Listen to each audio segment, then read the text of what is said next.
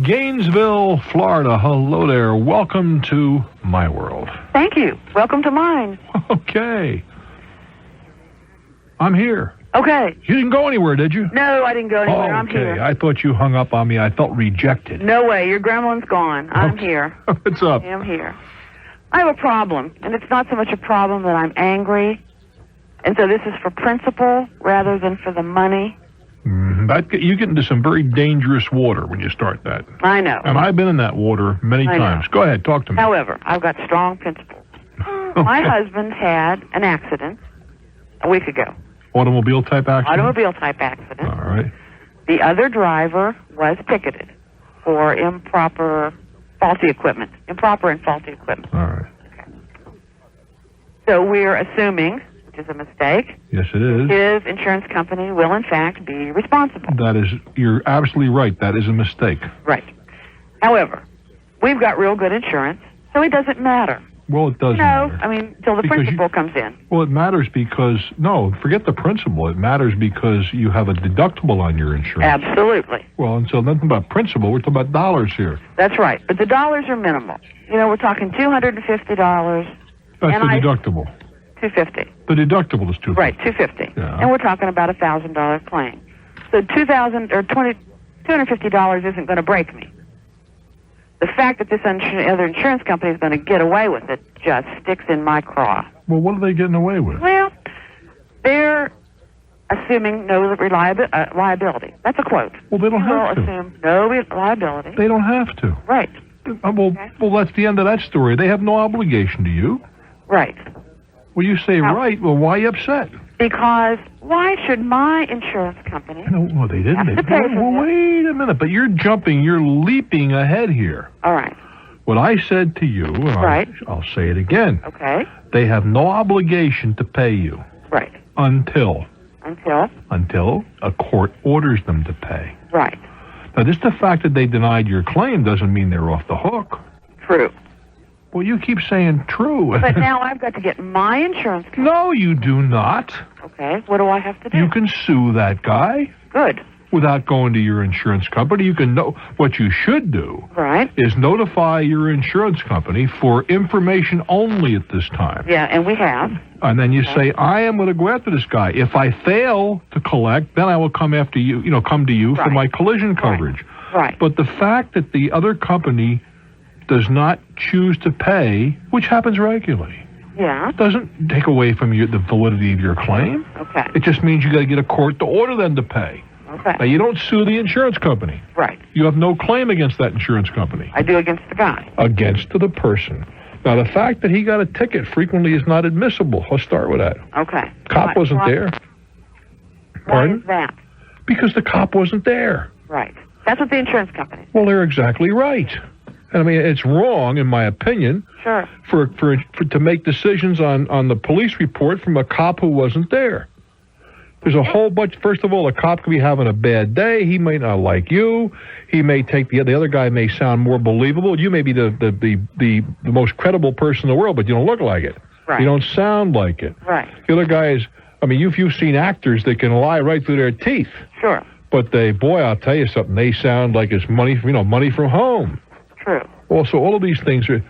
So a police report by an officer who wasn't there should be given, in my opinion, little weight. Now, that's what the other guy's insurance company said. Well, they're right. Third party. They're right. Now, but wait a while. If we get into court now, we can get the cop into court. He can testify to what he knows. Right. We can also get the other driver to testify what he knows. Right. And your husband would testify to what he knows. Right. Now, in the things like a faulty, something wrong with a car. Yeah. Now, that's pretty... his right-hand blinker and he's making a left turn. Yeah, that's pretty obvious. I'm sorry? His right-hand blinker is blinking, and he's making a left turn. Well, but that is not obvious at all. Sure it is. No, it's not. Why? Because at the time, I was thrown against the wheel, and my arm hit the directional signal, moving it. When he turns his blinker to make a left turn, it came on the right. Oh, it came on, but that happened as a result of the accident. No. Well, you say no. Prove it to me. Mechanic? No. I'm not picking on you. I'm throwing the No, I know. I'm throwing the other arguments at you. I want my ducks in a line before. Well, you see, if you're going to make that statement, you better have something solid to back it up. Like it was doing that for 2 weeks, and here's a guy to witness to that. Or if 4 people saw the thing blinking right and he was turning left, but conceivably it could have happened when the accident took place. Your husband was rear-ended. There was a shock to the car, and a wire got crossed. Up until now, it's been working fine. Well, he had a trailer attached to it, so it was wired wrong. Well, that could be now. But who's going to testify it was wired wrong? Right. So I'm going to pay this $250 deductible. No, who's going to testify to that? You see? Right. Yeah. The cop can only say, "This is what I saw," but I mean, well, listen, they were working fine when we left. Must have been the impact. Probably wasn't. No, probably wasn't. But you see, the burden of proof is not necessarily on you. Right. It's a question of what's reasonable. And then you got to realize, there's the guy in a black shirt up there, the black robes, or the woman or whatever, and they are not perfect people either by a long shot. Right. But you have nothing to lose by going to court. I've got attorney's fees to lose. No, you don't need an attorney for a $1,000 matter. You're going to go represent yourself. Absolutely. Absolutely. Now, there's another possibility here, too, baby. If you collect from your own company, right? If they think it's worth going after, they can what's called subrogate. Yeah, and they intend to do that. Well, they may or they may not. For $1,000, they may very well not. Sure. They may subrogate, they may not. And then there's another variable here too. This gets dirty, all right? Yeah. Boy, I say your husband's neck is starting to hurt like crazy. Well, that's what I said. And sometimes they will come and talk to you when that happens. Yes. But I've said things like insurance commissioner and attorney and... I'm sorry? I've said things like insurance commissioner and attorney. Ma'am, I got to turn you loose. The company's not interested. That's right. See you in court. I do wish you well, dear. I really do. I'm Bruce Williams. This is Talknet. Hello there. Hi, Bruce. How you doing? I'm doing real well. What prompts you to call? Great to talk to you. Thank you. My sister, about 6 years ago, bought a condo during the boom. Mm-hmm. She paid about $85,000 for it. All right. She owns approximately $65,000 to date. She owes? She owes. Okay. Okay. Her percentage rate is 10%. All right. Okay. She bought it with her boyfriend. Well, I never think that's very smart. Really? Go ahead. What's done is done. Yeah, of course. Okay. She bought it with her boyfriend, and they split up about a year ago. So he was supplying her with half the income. You mean half of the payments, you mean? Half of the payments. Okay. The payments are $750 a month, and she makes approximately $20,000 a year. Well, she's over her head, obviously. Oh, yeah. Way over her head. Mm-hmm. So she hasn't made approximately 4 payments. All right, she's 4 payments in arrears. With that, we'll go around the corner together, okay, kid? I'm Bruce Williams. This is Talknet.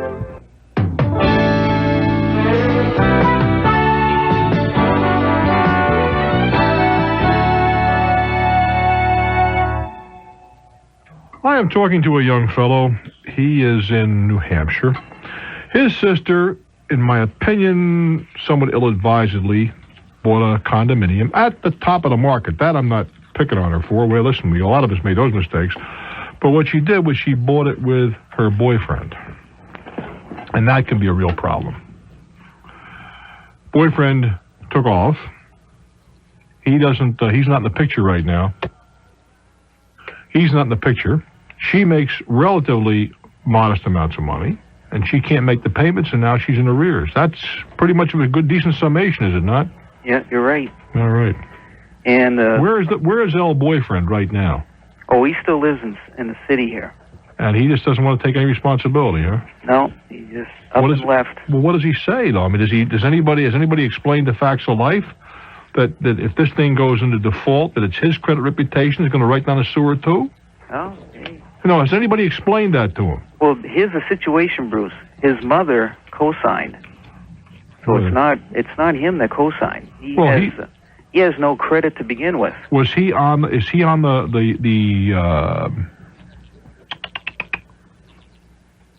what am I? Title deed? Yeah, is he on the title? No, he isn't. He's not on at all. Then His mother's on. Then he's out of the loop. His mom is in there. That's right. Have your sister and this lady gotten together? Not really. And discussed? Well, why not? Nothing yet. What do you mean nothing yet? What has your sister been doing? Well, has she gotten on the phone and said, we got a problem, let's discuss it? No, she's been trying to work out something with the bank because she doesn't want to. She doesn't want to declare bankruptcy. She doesn't want it. No, that isn't the issue. Mm-hmm. Your sister ought to be going over to see her partner because that's what this person is, whether she likes it or whether she doesn't. Mm-hmm. She hasn't done that. No. Well, why not? Well, I guess there's some pretty bad feelings between the two of them. Unfortunately, these two are married whether they like it or not. Mm-hmm. Bad feeling or not. And has anybody explained to the mother that she will be responsible for any deficiencies here? No. Well, maybe somebody is you. Mm-hmm. You see, the mother is on the hook just as much as she is. Now, let's go this route. Mm-hmm. Suppose that condominium were sold tomorrow. Mm-hmm. I'm afraid to ask how much. Oh, she just dealt with the real estate agent yesterday. Right. And it's worth between $25,000 and $29,000. All right. Okay, now if she was to sell it, okay, and get that money, she'd still owe $30,000. Right. $29,000 to $30,000, and right. They paid how much? They paid $80,000. Boy, that is a hell of a drop. I mean, I thought some of them. Well, I got a couple that went pretty much the same direction. Not quite. Well, I got one that went just about as far. Now I think about it. Shows you how smart I am. Hey, that's what goes up can go down, and you got to realize that. And a lot of people were under the impression that real estate went one direction, and boy, we find it different, huh? Oh, unbelievable. She ought to sit down with this lady, mm-hmm. or you ought to go talk to this lady, mm-hmm. and explain that if she isn't able to stay in there making payments, that the mortgage will say singularly and jointly. And that means if your sister hasn't got anything, and I take it she probably hasn't got much, no, then the other lady's going to hook for the whole works. Does she have anything? Oh yeah, she owns property. Well, then she's the one who ought to be scared to death, mm-hmm. and somebody ought to go explain that to her, that she's going to have to cooperate a little bit. Because if she doesn't, there's a foreclosure.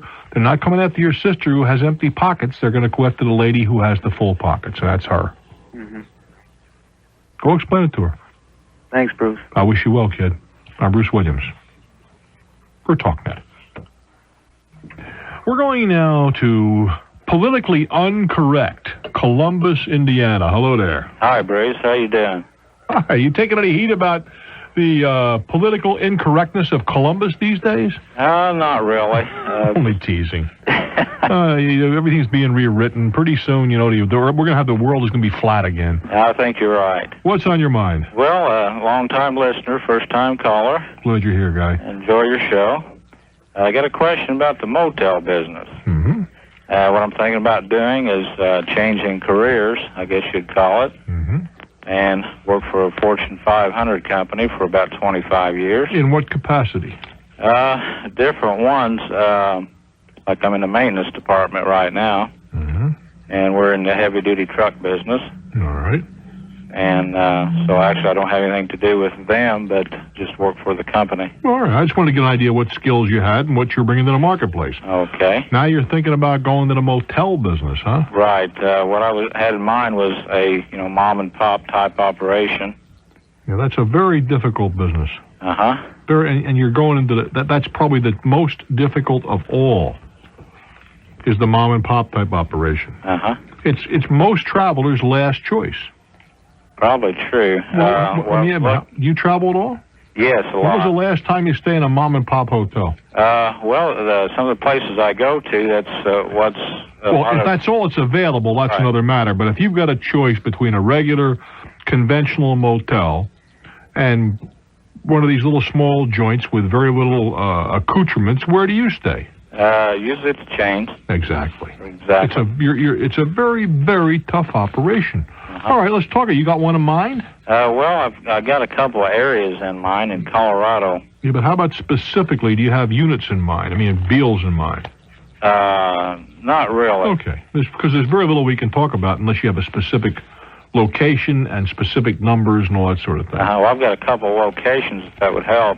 I don't mean locations like in Baton Rouge, Louisiana. I'm talking about specific hotels that are for sale. You're not thinking about building one, are you? No. Well, that's what I'm getting at. If you have a specific deal, you can say, well, they got 15 units, they do so much a year. We could discuss that. Okay, I can do that. All right, go ahead. Okay, I've looked at a couple, and they were similar, like 20 units, price about $400,000. Yeah. That's $20,000 a unit. Right. For a mom-and-pop hotel. Mm-hmm. Crazy. How much did the place net a year? Net, N-E-T. Net? Okay, I'm guessing about 30 to 40. Huh. You gotta be kidding me. That isn't even buying a good job. Well, what I had in mind was retiring from my present job. Yeah, but that's not buying a good job even. You're going to work your buns off for 30 or 40 grand. Now, first of all, suppose it nets 40,000, right? Uh-huh. That isn't even 10% on $400,000. True. That doesn't even pay the interest, never mind the principal. True. It's not worth a fraction of that. Uh-huh. Well, these particular ones I've checked on are open like 6 months out of the year. I don't care if they're open one night. If they only net 40 grand on a $400,000 investment, it's a terrible deal. Uh-huh. But also, they have like living quarters. Both those had those. I'm going to say it again. If they only net 40 grand on a $400K investment, it stinks. Uh-huh. They're overpriced double. Double. Now, the property may be worth a lot. The buildings might appraise as buildings a lot. Uh-huh. But the business isn't doing diddly. $400,000? True. Diddly. And you got to be there 24 hours a day, 7 days a week, 365 days a year. No, unless it's a seasonal proposition. Yeah, it is. Both of them were about 6 months operations. It won't pay the interest, pal. What if you put a pretty good down payment? Your money has worth something. Uh-huh. Is it not? Oh, yeah, true. Well, see, it doesn't really matter. Suppose you paid all cash. Uh-huh. Wouldn't change anything. Still wouldn't change. No, because now you put $400,000 into something that's still only giving you 40 grand a year with your labor. Uh-huh. It's a lousy deal. Not even close. Well, that's what I wanted to know. I'd be willing to argue that. If somebody wants to call and say, oh, it's worth I'm willing to listen, but I know damn well it's not. Okay, well, maybe I'll listen to if anybody does call in. There you go. But I appreciate the help. For a $40,000 net on 6 months, I wouldn't spend more than 150 grand. Uh-huh. What I was wanting to do is just kind of change jobs. Well, that's terrific. Yeah. But just don't don't be suckered into something that nobody else would touch with a 30-foot pole. Yeah, I definitely don't want to do that. You're correct. It sounds to me like, you see, there is a problem sometimes.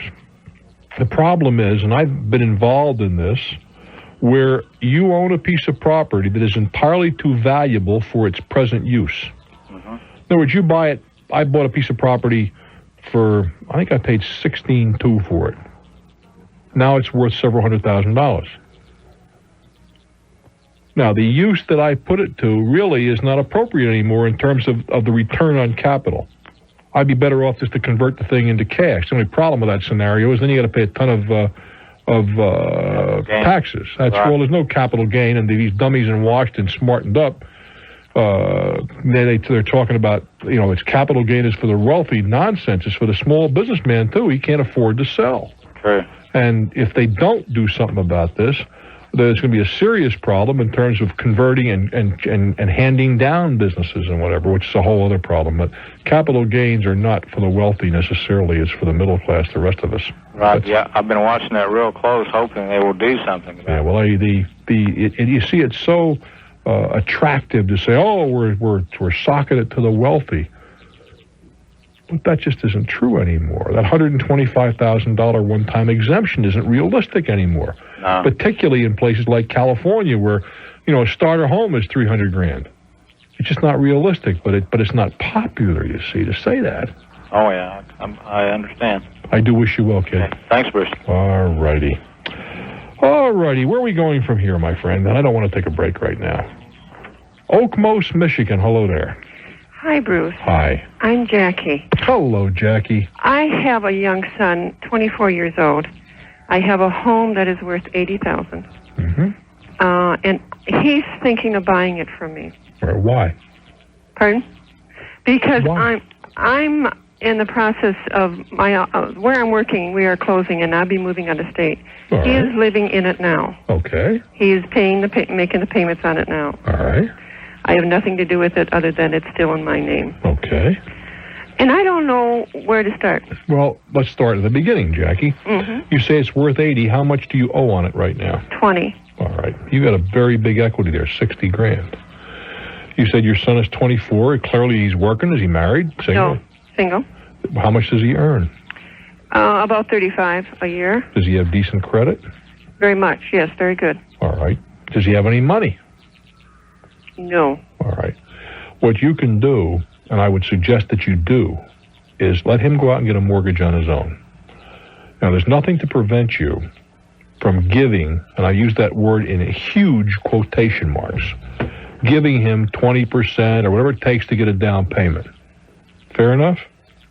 20, okay. Whatever the percentage is. And then let's say it's 20% for the sake of discussion. Mm-hmm. That'd be $16,000, right? Mm-hmm. That means he could go out and get an 80, 70, 60, 70, 64, 65,000. 65, we'll say, for the sake of discussion, $1,000 mortgage, right? Mm-hmm.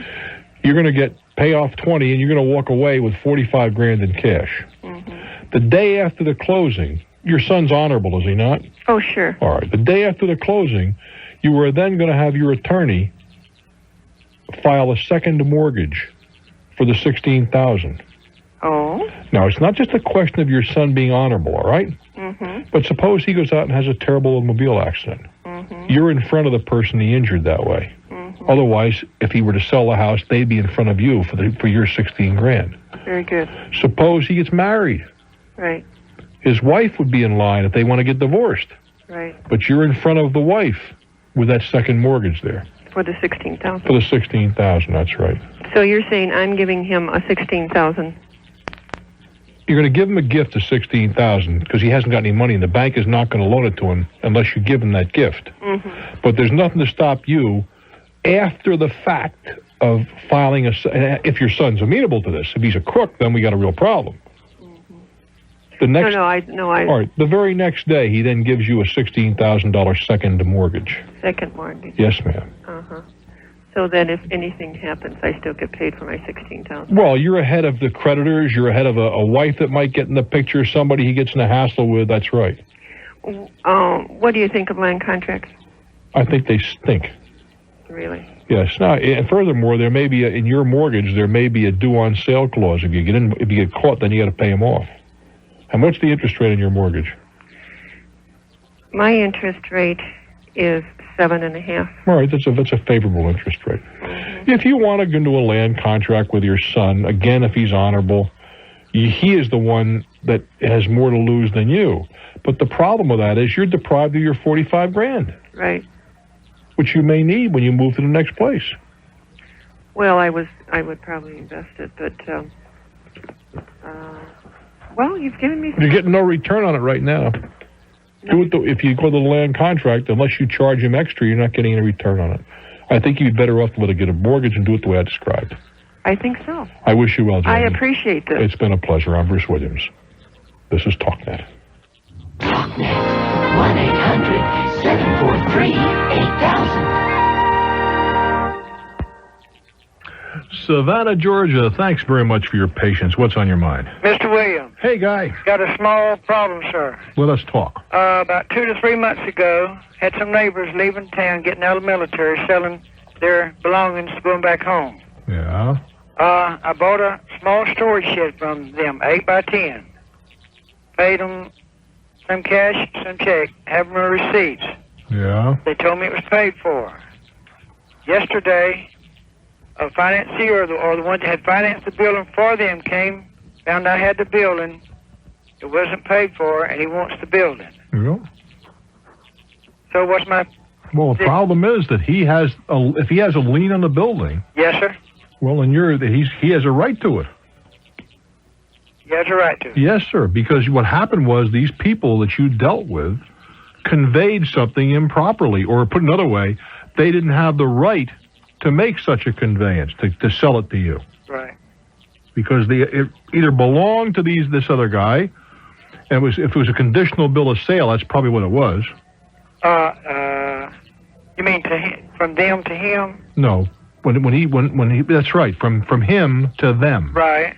It was probably a conditional bill of sale. I guess you're talking about the same thing as him financing it for them. Well, it depends. Right? You see, it depends on how it was financed. Yes, sir. And most finance companies do not sell something outright. They issue what's called a conditional bill of sale. Right. And it's conditioned upon. Okay. The title doesn't change until they make their last payment. Oh, yes, sir. Probably so. Yeah, probably so. They just stuck you. Yeah, okay. And do you have any idea where they are? No, sir. And I found out, too, he told me that they had filed bankruptcy. Oh, boy. How much did you pay him for this thing? $400. I think you're stuck for $400, kid. Sounds like it. Now, you ought to talk to them. How much do they owe on it? $475. Oh, dear. You know what you ought to do? What's that? You ought to talk to the guy. I'll bet you could buy it for a couple $100. Now, you'd be spending $600, but you got something. You spend $400, you got nothing. Yeah, it's true. And he doesn't want the building back. It's true. Why don't you offer him $100? And settle for $2. Right. Because he doesn't want it back. You got nothing. At least for another $200, you get something. Yeah. Yeah, I don't need to lose $400, that's for sure. I'm sorry? I said I don't need to lose $400. Well, let's start with you've lost that. Right. So if the building is worth anything, yes, sir, it might very well pay you to try to buy it from this fella. Okay. He doesn't want to pick it up. It costs money to move it and so on and so forth. All these things cost money, which he doesn't want to spend. Right. Good luck, kid. Thank you, sir. Providence, Utah, your turn on Talknet. Hello there. Hi, Bruce. Hello, sweetheart. How are you? Fine. Thank you. My name is Cynthia. Yes, Cynthia. And I am having a slight problem with some linoleum that I got laid in my home. Mm-hmm. It was laid 3 years ago. It was done, I went to... Are you talking? No, I'm listening. Oh, okay, I'm sorry. I went to a company here, locally, and bought the linoleum and paid them to have it installed. Mm-hmm. They came and installed it. As soon as the job was done, it looked okay for a while. The seam that they put in it has started pulling up. Now, they told me it was guaranteed for a year. The seam has started pulling up. It has pulled away from all the edges of the kitchen. Mm-hmm. I started calling them after about 9 or 10 months after it had been down, and I told them I was having some problems with them. I needed them to come out and look at it. Did they? They never did. Mm-hmm. And they haven't. I have continued to call them. I have written down every time. Okay. How much money is involved here? It was about $900. Well, it looks to me, again, like clearly the company is not acting in any type of a reputable fashion. Well, it's also true that your guarantee is long since expired. You put them on notice that there was a problem well into the guaranteed period, the covered period. So the fact that the date passes does not relieve them of any responsibility. Okay. So for me, I would see them. I mean, you're not going to mess around with me. Well, is there a consumer affairs office in your community? I don't know. Well, if there is, they call them CALA officers. You might want to discuss it with them. In the event not, I hate to keep sounding like a broken record, but that's what courts are made for. Okay. And you certainly can represent yourself in that matter. Now, I'll tell you what. I have a friend who's married to a lawyer, and I called him about this long ago. Yeah. And he said, take them to court, you can win. Yeah, well, go ahead. Now, I have a question. Do you think they're going to show up with a lawyer? I don't know. I don't know. And what do I need to win in a small claims court? Do you know? Well, you have to be able to present your case cogently. And you said you've got all these documented anecdotal records that you kept when you were doing this. Right. Bring them with you. Okay. On October the 2nd, I called. October the 5th, I called. 2 days, and just give that recitation. Okay. I wish you well, dear. All right, I appreciate it. I hope you kick there you-know-what. I'm Bruce Williams. This is Talknet. Hello there, Cincinnati. We have about 2 minutes to share together. Hello there, sir. I've listened to you so long that I've never had a dull moment. I'm about ready to get my degree in common sense. Well, talk to me, my friend. What's up? I've got a problem, and it isn't a problem. I wondered if you'd ever heard about anything like this before. I just received a letter yesterday from a young lady, and she sent her picture along with it. and she is a beautiful young lady with a girl. This girl said that she lives in Miami, Florida, and she says she works for the airlines and says traveling would be no problem at all, but what she wants me to do is to check the price of the hotel and send her the money for the hotel for I don't know how many days, and then my telephone number, and she would call me and tell me when she would be arriving. Scam.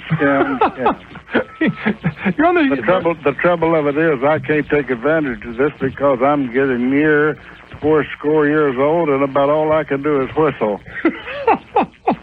She sent her picture and said she's going to come and see you. All you do is pay for the hotel? She wants to see me, and all she wants is me to send her the money for the hotel. Well, I want you to do... The picture is gorgeous. I want you to send me this stuff. Promise, hold your heart, cross your heart, hope to die. Give me your... I'm going to have Dan give you my address where you... Because this is one that we like to follow up on. I'll make Dan the researcher in this one. Well, I'll tell you, make it short. Because I'm sure he can handle it. I'm legally blind, too, and I'll have to, nobody here to take it but me, and I'll have to make it as short as possible. Okay, well, I want you to hold on just for a moment. All right. And we're going to get this picture of this gorgeous woman and find out again, see what's going on here. And I can't do anything but whistle. Well, that's a terrible thing. We'll have to get you some vitamins, too. What do you think? Yeah, how about that? Okay, Guy. Thank you so much for your call. It was a super call to end the program on. It really was. Who knows? Paul Hill, yeah, Walt Hassett, and the redoubtable Dan Rudd, who's going to answer this ad and take care of this lady when she shows up. That's true. Good people to work with, they are indeed. And of course, you guys are a real joy. I hope I'll see lots of you, and I will over the weekend when we hit the Caribbean. Now, it's not easy. Let's give it your best shot. Try and do what's right. I'm Bruce Williams. Keep in touch. All right, the original one, at least you're even with the guys. Right, so far we're even. So the 5th month came along, and at the end of the 4th month, I said, look, let's just change the ad. I will send you a brand new... Let's start from square. Where are we going with all this? So finish me up with this. Okay, after everything was all said and through, they billed me for 6 months. You got to be 5 kidding. Additional months. Oh, you say, no way, Jose. So I wrote them a letter, and I said, no way, Jose, and basically they've turned me into a collection agency who's calling me up, 2 and 3 times a day about Fine. What you do is you write them a letter and you say that you had paid for the 1 month where the ad was satisfactory. Subsequent to that time, each ad was deficient in many ways, and you clearly have no obligation to pay for it. And if your credit is damaged in any way, you'll be very happy to let a court of proper jurisdiction settle this. Certified mail return receipt requested. And then anytime the collection agency calls, tell them refer to my letter so-and-so. That's what I was hoping you'd say. There's no reason in the world for you to pay for faulty advertising. None whatever. Right, and the book did get some responses on those ads. I was surprised, but not nearly as many as when the ads were done properly. Well, you might also say if you're willing to correct and get the ads properly placed, I'll be very happy to be a client again. That's what I don't understand how they... Well, that's another program. Doctor, I wish you well. Okay, thank you. Take good care, Guy. I don't understand guys in business like that either, I'll tell you. I'm Bruce Williams. This is Talknet.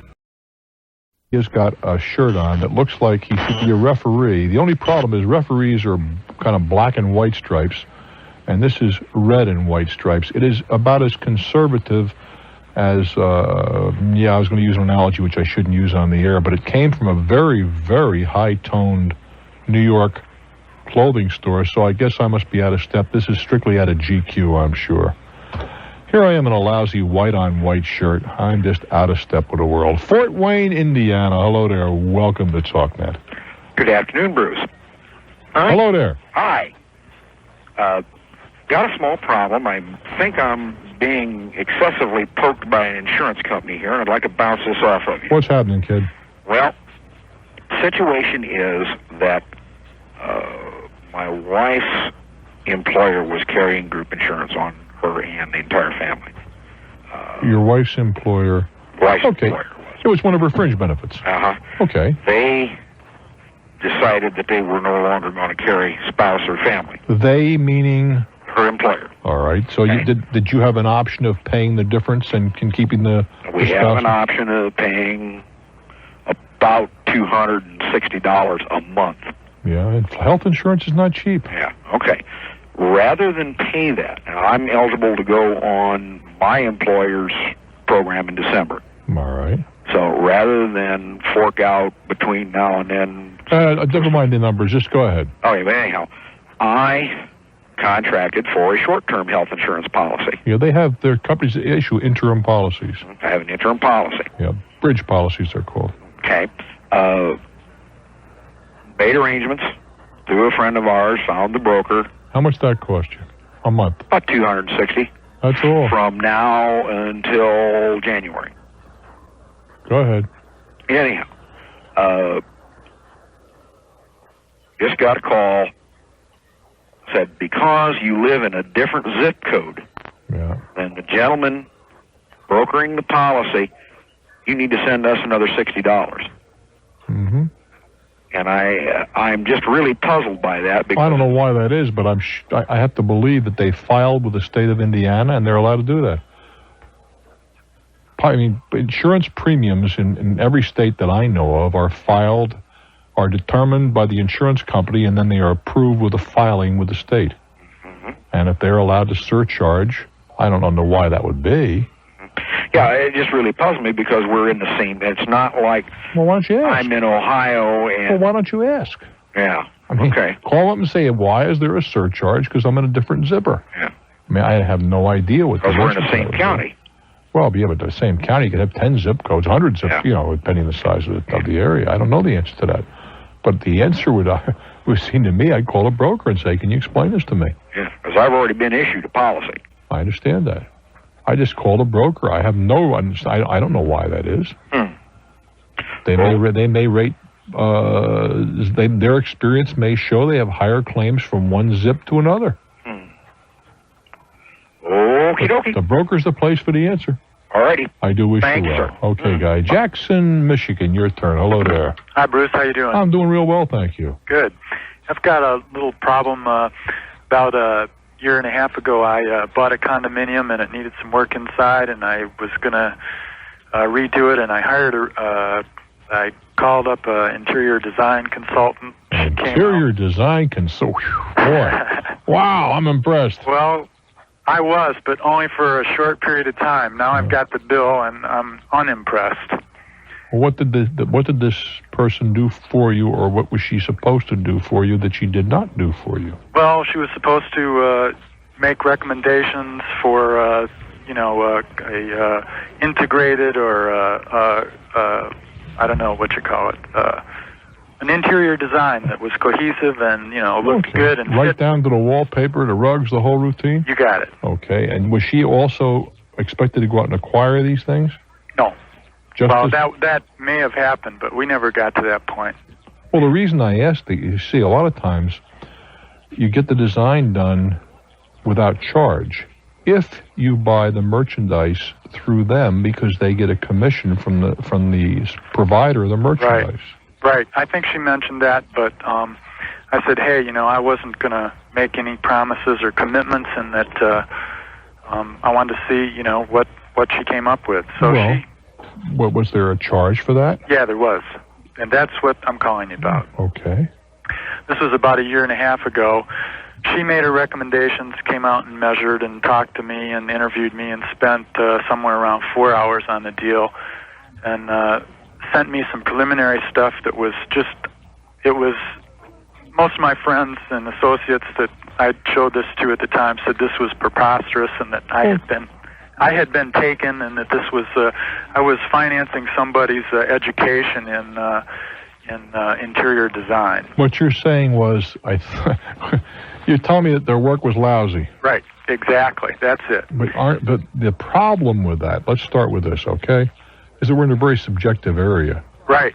I mean, I walked into model, not homes, but rooms in big furniture places. Right. I think, who in their right mind would ever allow this stuff into their house. This was the expensive But I have to believe that there are people that walk into my house and say, wow, his taste is all in his mouth and he has morning breath. Right. So, taste is a very tough thing to deal with. I understand that. What my main question is that given that it's, subjective, I didn't do anything. She sent me a bill a couple of times. For how much? $250. And she sent the bill, and I was so upset, I just put it in the back burner file and left it there. And pretty soon this bill stopped coming, and I didn't think anything about it. Then I get one maybe 6 months, and then another one in 6 months. And the last letter I got says, if you don't pay this bill, we're going to send this to collection. I think perhaps she has a very good case and probably can collect. What happens, somebody told me that if you pay, a small amount on the bill, that it no longer can go to collection. That's not true. That's absolutely, I don't know who gave you that advice, but it's nonsense. It is, eh? It's nonsense. And you didn't in any way, when the bills arrived, if I were going to mediate this thing, okay? Right. You didn't in any way express your displeasure. That's right. You just ignored it. That's right. And a reasonable person sending a bill would have to conclude that you just don't want to pay a bill. I expressed my displeasure, but only once. Not enough, in my opinion. Okay. I think you ought to pay the bill. All right. Well, that's what I was calling for. Hey, if you want to try to negotiate it, maybe you could. What happens, she says that it goes to collection. I've never... Well, she's going to send it to a bill collector. And they're going to start leaning on you. Right. And they will also report it to a credit agency. So it's a blight on my credit. Well, right? I don't think that should be a threat in itself, but I think in this case, candidly, you acted improperly. Uh-huh. You ignored something you shouldn't have ignored. You should have met it head on and say, I didn't like your service, and so on and so forth. But a year and a half later, no, I think at this point you probably should pay the bill. I'm Bruce Williams. This is Talknet.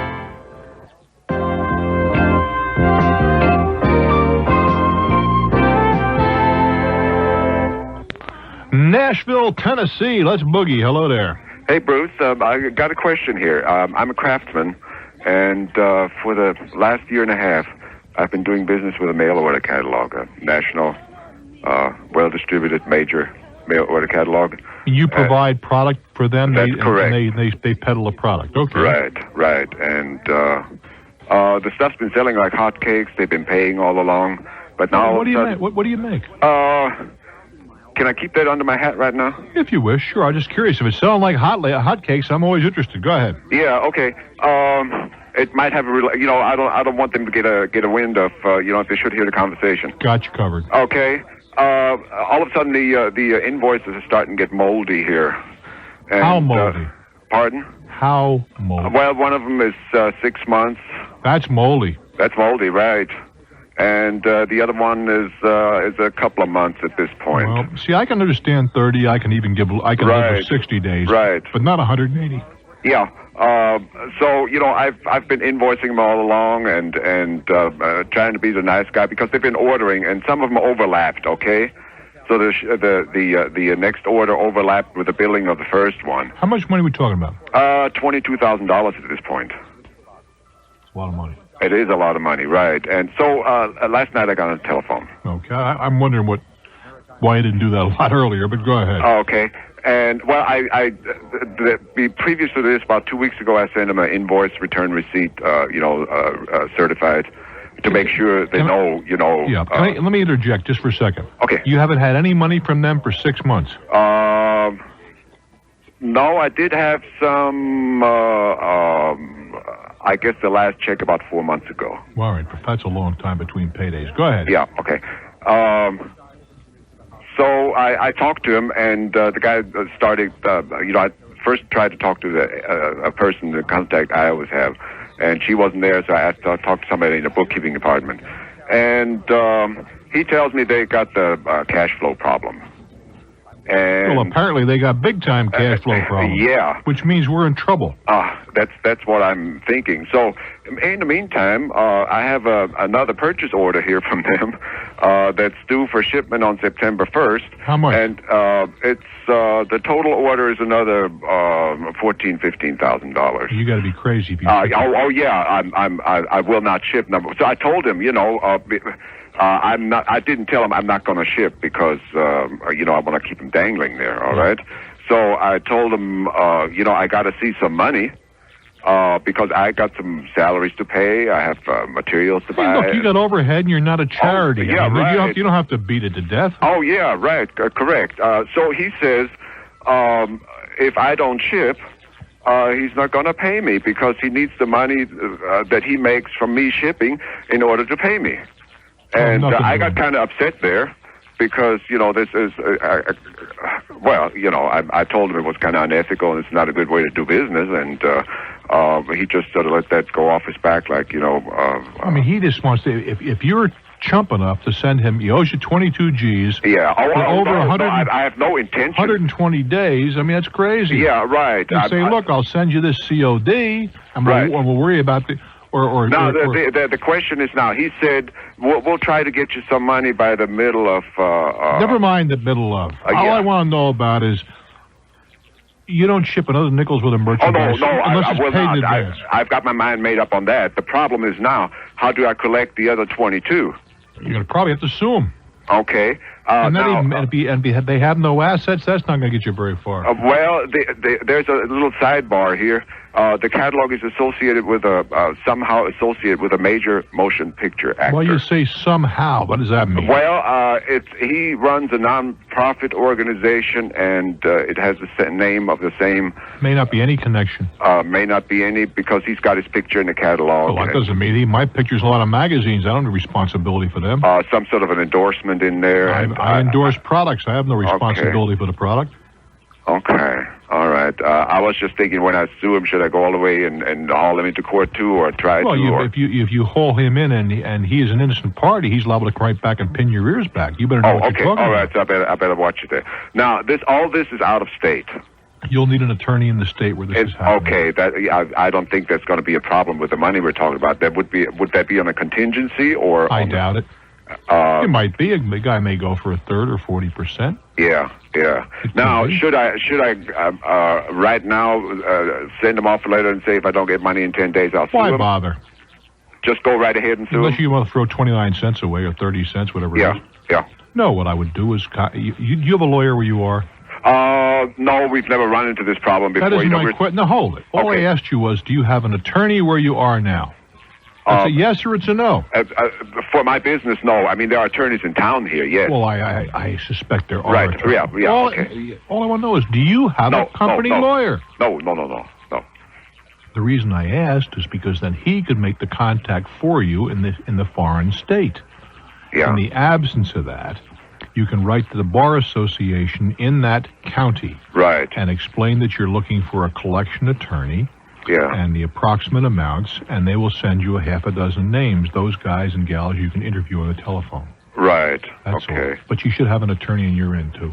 On my end, too? Yes, sir. You should have you see, you hire lawyers, you hire specialists, not when you need them. Yeah. You hire them before you need them. Before you need them, That's right. This has been chugging along real good, and... you have what is it? Do you have a corporation, a trade style, what? No, we're a partnership, my wife and I, and, we've had a partnership return, and we're not incorporated or anything like that. Do you have a DBA?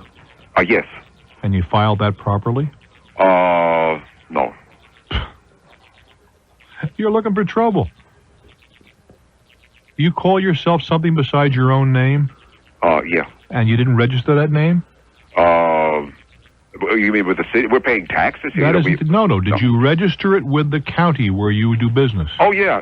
I pay my... I'd ask you what you paid. Do you have your name registered? Are you an appropriately registered DBA? Yes.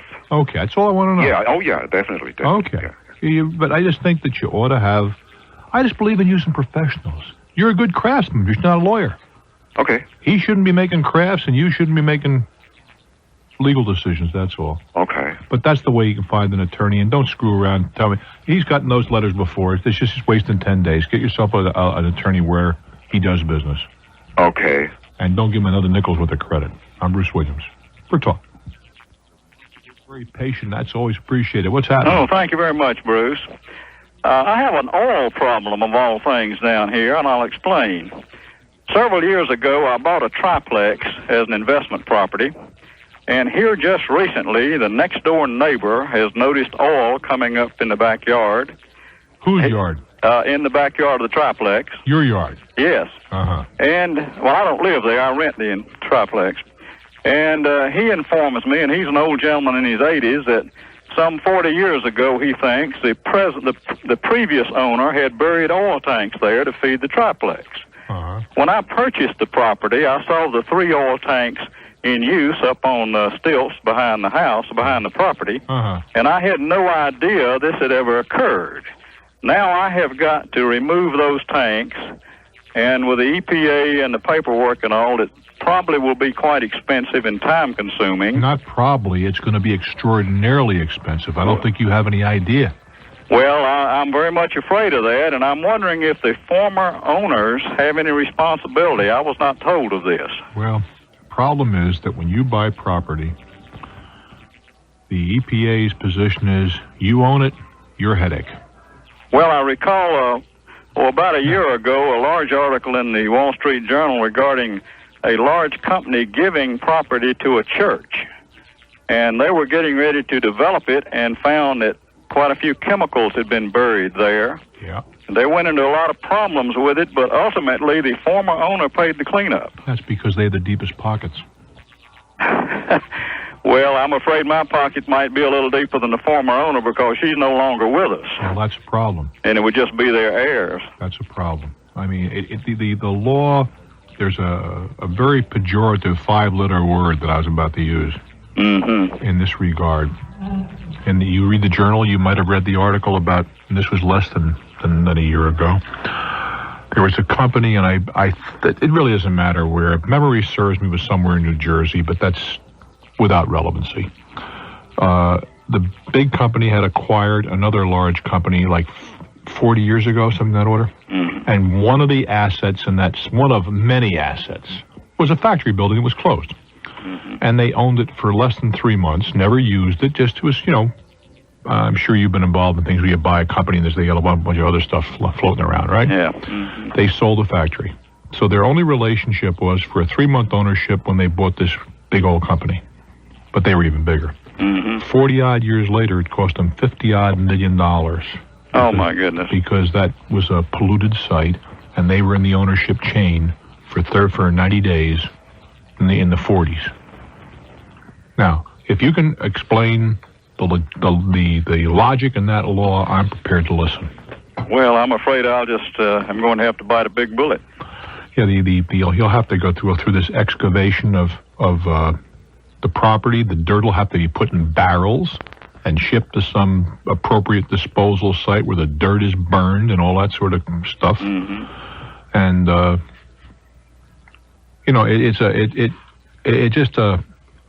the argument says, well, how come we should pay for it? I mean, the public, and I don't know the answer to that either.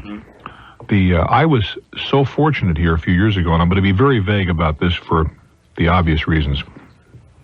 I had an acquaintance, friend, asked me if I'd be willing to buy a piece of property that he was renting because the owner wanted to sell it and he didn't have the money to buy it, and someday he ultimately would like to buy it. He had a business there, right? Yes. And God in his heaven was smiling, and I didn't buy the property. It is now on the Superfund site. Oh. If I had purchased that in my own name, I would have been bankrupt. Because there are going to be millions spent cleaning up this piece of property. Nobody knew all this stuff was back in there from the 30s. Yes. But I would have still inherited the problem. Well, this and you case can depend on this right now. Any property that I buy, I get an environmental impact study, and more I'm inclined toward anything other than private homes. Yes. Corporate names. So I have insulation, so it might keep some other assets apart. It's stupid that you got to think that way. It really is. But if had you put this into a corp, kept it separately, you'd say, the hell with it, take it. Can't get me. We limit the access Too late to the to do corporation. that now, I'm I afraid. understand that. I'm just trying to think ahead for other people. There is no statute of limitations, as I understand it, on pollution. And secondly, even if what you did was perfectly legal when it was done, and it's illegal now, you still have to suffer for it. There's something wrong with that, in my opinion.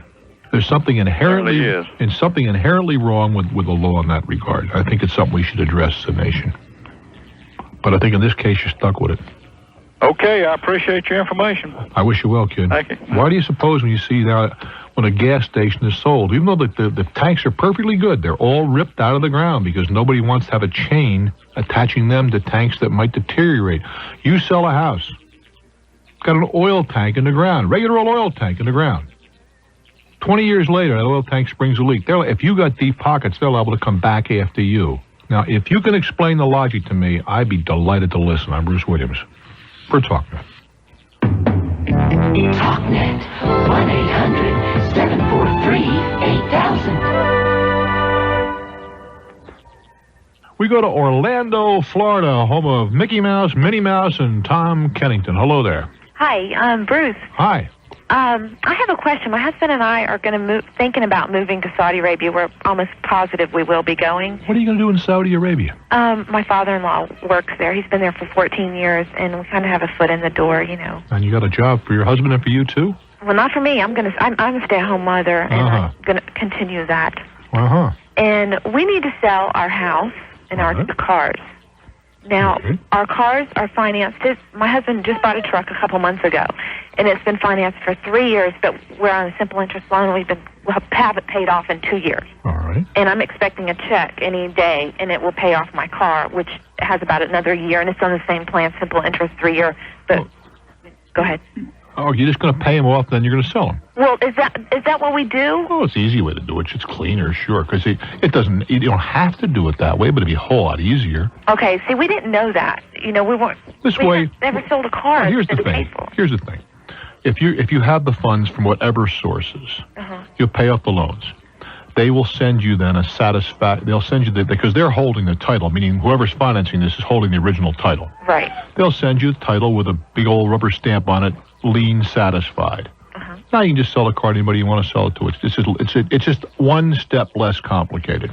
Okay. Any suggestions on how to go about it? Is the newspaper the best route? Oh, I don't know any other. Okay, because these are new cars, and I don't know what Well, first of all, you have to determine what they're worth. How do you just call the library for the book value? No, I don't think the library's going to help you very much. You'd probably be better off just to watch the paper for a couple of weeks and see similar models advertised. That'll give you a pretty good handle on things. Okay, because... And you realize that there's going to be some room for handling in there. Right. If you sell it wholesale, you're going to take quite a beating. Yeah, you mean to another dealer? That's right, because they're entitled to a profit. And if you sell it to them, they have to leave some slack in there to make a profit. That's what they're in business for. Right, I think that will be like our last resort if our plane's leaving and we still have two cars. No, I don't think you should have too much of a problem. But just check the local newspapers and see what's going on in terms of advertising. You'll see what the papers are advertised for. Okay. Papers, what the cars are advertised for. Right. And you can also, do you have anybody in the banking business that you know? No. You don't know anybody who works for the bank? I don't think, not that I know. No. Because most banks have a NADA book and they can look it up for you too. Well, see, we have a motorcycle also when we were trying to... You're a busy little... How old are you guys? I'm 21. My husband's 30. Holy smokes. Motorcycle, 2 cars, couple of kids. Goodness gracious. Yeah, we only have 1 kid. Oh, okay. In a house. But, well, do you have any other suggestions on, how to liquidate our assets? Well, what are you going to liquidate? The house, clearly, you got to sell the house the way you ordinarily sell a house. You'll probably have to list it with a broker. Well, we've never sold a house, though. Well... Listen, everybody's got to lose it sometime. Right. You got to have to sell a house. You're going to list it with a broker. And when is this whole move coming off? Well, hopefully, like at the beginning of next year. Well, the thing is that you may have to stay home for a while. Why is that? Well, because seriously, you just can't leave before the house is sold, honey. Oh, right. Okay. I mean, if he has to go off on the job and start, you and the rugrat may have to stay home for a month or 2 or 3 until you get all the little ends tidied up. Right. We considered that, and my sister-in-law might be able to sell the house for it. Well, I don't think that's... Well, that's not a good idea? I think you ought to hang out until it's done. Oh, okay. That's part of being an adult. Okay. Now, I would list the house immediately. Oh, would you? Yes, ma'am, because if you sell it early, so you move into a month-to-month apartment someplace. Real estate is not all that hot right now. Right. If you find a buyer, I mean, you kiss them on both cheeks, you take them out to dinner, buy them the best dinner possible, and let them into your house. Okay. If that means moving in with the in-laws, the outlaws, renting a house, getting a trailer, camping in a park, I don't care. Oh. Get the job done. The same thing is true with your cars. Put them on the market now. And just rent one or buy like a $500 car. That's it. You buy yourself a junker, or as it happens, since you live in Florida, it is the cheapest state in the country to rent a car. Oh, really? Absolutely. I'm not much of a traveler, so well, you can rent cars in Florida. In my opinion, it doesn't pay to own a car in Florida. Oh, really? No, you can rent them so cheap. When I come down to Florida, as you know, I'm a Floridian. I'm a legal Floridian. I vote there and all that kind of stuff. We have one company car there, but when I come down, I rent. I can't own a luxury car as cheap as I can rent it at the airport. Oh, wow. And that's a fact. And you want to get yourself a little economy car you can rent down there for $75, $80, $90 a week. You can't own a car for that kind of money. It's cheaper to rent than it is to own in Florida. That's a fact. Well, then, I'll tell my husband this. I don't know if he'll be as willing to jump on the bandwagon, but I tell you this, the time frame you have, you ought to be jumping on it instantly. Okay. Instantly. Is there anything we need to look at when we choose a broker? There are tons of reliable brokers in your area. Okay, so I can basically open the yellow pages? No, I wouldn't do that. I'd take a look and see who's real active in your neighborhood. Okay. Well, because there's generally, we'll take a ride down the street and see if there's 20 signs and 13 of them belong to the XYZ agency, that's an agency that's pretty active in your neighborhood, isn't it? Okay, well, this is another downfall. We're in a brand new subdivision. We just moved in our house in October. Yeah. This past year, and so they're still building in our subdivision. Well, and you're competing against the builder, and that's tough. Right. And you may take a little bit of a beating there. Yeah, we figured, we'd be happy just to be able to get rid of it, basically. If you get out with a whole skin, you'll be lucky. Okay. I do wish you well. It looks like an adventure in Saudi Arabia. Yeah, scary one. Well, you'll look good in a chadar. I'm Bruce Williams. Stick around. This is Talknet. We go to Madison, Wisconsin. Hello there. Hello, Bruce. Great to talk to you. Listen to you all the time. Thank you very much. Say, way back in the early 40s, my dad had a friend in Decca Records. And Bing Crosby was in doing a recording session one day. Yeah. And they were going through the song and recording it, and he blew the time on it, messed up the words, but he did complete the entire record using some very choice cuss words. Now I have people that keep outtakes should be shot. And I got a lady in the control room who has a nasty habit of preserving what are known in the business as outtakes. That's when you use the expletives and all that sort of stuff. And then around the Christmas party or something, they play it back to you. Yeah. Usually there's a body or two in the alley after that happens. But what you have is an outtake, and that may have some value. Yeah, I actually have two recordings like that he completed. Mm-hmm. I'm just wondering if it has any value. Who could I get a hold of? Interested? You might want to subscribe to, or at least get hold of any one of a half a dozen collectible magazines, and you'll see people that buy and sell records, and you might want to put a little ad in saying what you have in that magazine. I have no idea what the value would be, but I have a suspicion if you have outtakes, original outtakes of Bing Crosby, there would be some value there. Oh, very good.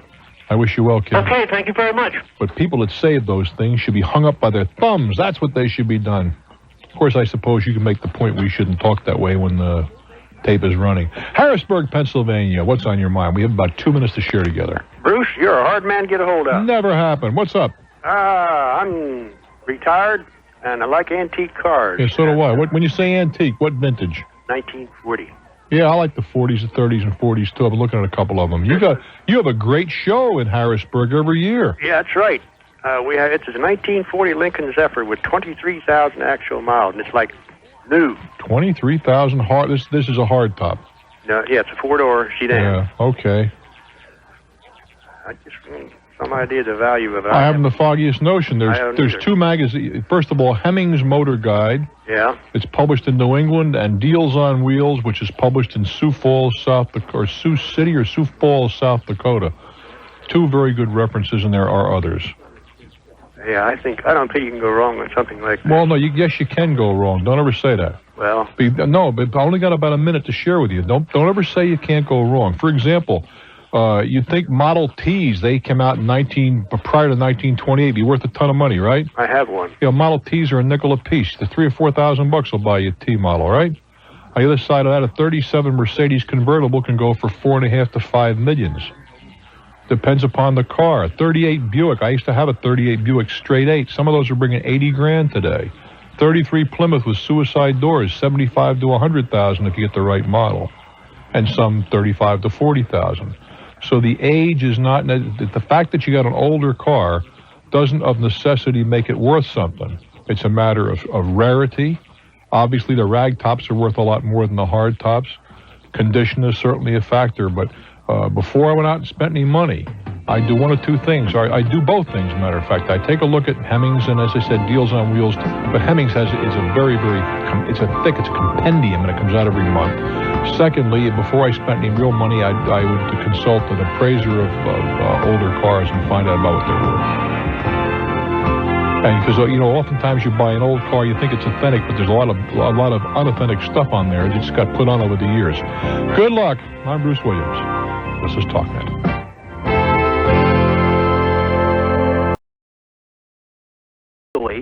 She's hired people to come in and do some work, and they've come into my house. They've broken the water pipe. Let's stop at the beginning here. Sure. I'm sure she has permission from the current owner to do the work. I would hope so. I have the current owner out of town. So there's nothing improper in that regard. Okay. And working in the yard, whatever, okay. Breaking the pipe, I'm sure nobody intended to do that. Accidents happen. So the only thing we're down to is they're coming into your apartment and using your electricity without your permission. Now, if this was an emergency, I'd say even that was okay. But it's not an emergency. Yeah. It's just a non-emergency proposition. They're working outside the house, that's of no concern to yours. Okay. The inconvenience, no concern to yours. Now, it may be that if they could so inconvenient you couldn't live there, that's a different story. That doesn't seem to be the case. The fact that the water's off for a short period of time, well, that happens from time to time. I would be unhappy because they were into your house, and I don't know what you got in there. It could be some stuff that was exposed, and they had that was very, very foolish on their part. Mm-hmm. But that's about where it ends. I don't want to get off on the wrong foot with a newcomer landlord. I've had a great relationship with the current one for the last 4 years. I would say to her, look, I understand this work had to be done, and I understand all of these things, but I don't understand where your people felt they had a right to walk into my house uninvited, given the fact there is no emergency here. Yeah, without notification. I mean, notification's not the issue. Oh, really? No, sir. Huh. Notification, if they knocked on your door and said, hey, John, can we get some electricity? That's up to you to say yes or no. It's not a question of notification. The question is they had no right to go in there just to plug in for electricity, particularly when it was available close by. But even that's not an issue. Mm-hmm. They don't have electricity, go get a generator. So would you chalk it up as probably a poor decision on their part, but you wouldn't recommend that I pursue this at all? What's to pursue? I don't know. Maybe the poor side and get a 3 months rent out of it or something? Well, but what is to pursue? You have, as far as legally, you haven't been damaged, to the best of my knowledge. No. Well, that's right. Just the inconvenience, and maybe... What inconvenience? Well, I've come home tonight after being away for a day, and I've got no water in my house. But you can't... That's an accident. It happens. There are people all on the East Coast over Christmas had no electricity because of a big storm. Well, that's true. Now you're making me feel guilty. Those things happen. But the one transgression, as I view it, that is not excusable is the business about the getting into your house without your permission. That, I would make it very clear. I understand they did it this time, and I'm going to be very generous, but I don't ever want that to happen again. Great. Okay. Good luck, guy. I appreciate it, Bruce. Hey, happy holiday, Tiger. From Rock Hill, South Carolina, we go to Scenaria, Ontario. Hello there. Hi. Hi, baby. How are you? Good. How are you? Good, thank you. Good. I have a two-part question, actually, to ask you. Yes, ma'am. My little sister, she's 17 years old, and she's been writing novels. At 17? Yes, and they're very, very, very good novels. When you read them, you forget that it's actually a 17-year-old writing them. They're very good. One of the questions was, how could I go about getting somebody to look at her books? Well, that's very, very, very, extremely difficult. Mm-hmm. And if you do try to push them, forget about a 17-year-old. Make her 27 or something. Okay. I'm serious, because nobody's taking a 17-year-old seriously. Yeah. It may be that, there have been classic pieces of music written by people younger than that. Mm-hmm. But if you said, I have a concert written by a 14-year-old, what would you say? Not very good. You got to be kidding. Well, no, but you probably wouldn't listen to it. Right. What I'm trying to say is, I would just forget her age. It might be a great item if you got lucky enough. But the problem here is that there are just bazillions of novels around, or would-be novelists. Right. And about all you can do is send them to publishers who publish similar material. Okay. Now, let me get lucky here. Are they love stories or anything like that? Twisted plot, suspense. There's suspense, twisted plots. I'm asking you, are they love stories? Yeah, there's love in them. Yeah. No, there's love in a lot of things. What I'm trying to get to, dear, is that the one area there are, where outside, unpublished, unheard of people are looked at pretty carefully is the Harlequins. Okay. Well, if she could retool them into that genre, that would be a big plus for her. Okay. The second part of the question. You understand what I've said now? Yeah. Okay, go ahead. The second part. She's she's going into grade 13, so she's starting to think about where to go to university or college. Mm-hmm. What would she take other than English? Because she's not interested in creative writing. Creative writing? Mm-hmm. There are many courses that would help with. Let's face it, studying other stuff, things that have been written, is not going to hurt her. Right. And as a practical matter, right, I don't know that there's anything you can major in that's going to help you very much, truly help you in terms of writing novels, but certainly creative writing, lit courses, anything where she's exposed to the authors and the people who have been successful going to help you. Not to mention a couple of business courses. Business courses? Of course. Okay. I do wish you well, dear. Thank you very much. But the love story thing is the one thing that they do entertain unknowns. I'm Bruce Williams. Hang in. This is Talknet.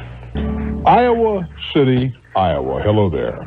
Hi, Bruce. How we doing, guy? Hey, long-time listener, first-time caller. Yes, sir. What is on your mind?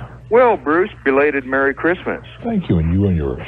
Okay, thank you. And for next year. Yeah. Of course. Bruce, just wondering, as we look forward to 95, just wondering, I'm in a situation where I have a mortgage, okay, and a dissolution of marriage, and my wife's attorney would like to sell the property, but I think we're better off with this interest rate to hang on to it and rent it. I would have to agree with your wife's attorney. Why? Because you're getting divorced. Yeah. You're not supposed to be in business together.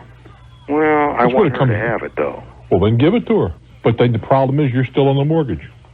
Well, 6 3/4 fixed. Well, it has nothing to do with anything. You're still on. How old are you? 43. You ever think you want to buy another house? I'm not right now. I didn't say right now. I said ever. Yeah, probably. Well, as long as you're on the mortgage there, the chance of you getting a mortgage elsewhere are pretty slim. Why's that? When you borrow money, they look at a debt-to-income ratio. Okay. How much is this house worth, right? Or, I'm sorry, excuse me. How much is the mortgage in this house right now? $70,000. Well, that $70,000 is going to check off against you before you start to apply for a new one. How much do you earn a year? Oh, about 40. You haven't got a chance of seeing another mortgage. I was afraid of that. Sell it. Get it done. But if you want to be more, but what? Well, it seems to me that we ought to take advantage of this fixed rate. Oh, please. What's he to take advantage of? Oh, let's do it this way. How much is the house worth right now? Oh, probably $120, Bruce. How much could you rent it for? $1,000. That's lousy. It's about $400 a month. That's lousy. To be even a remotely attractive deal, would have to rent for $1,200 a month. And that's going to assume that you got such a hot property that it's never going to be vacant. Yeah. Well, that's not true. It could be here, Bruce. Oh, please. Come on.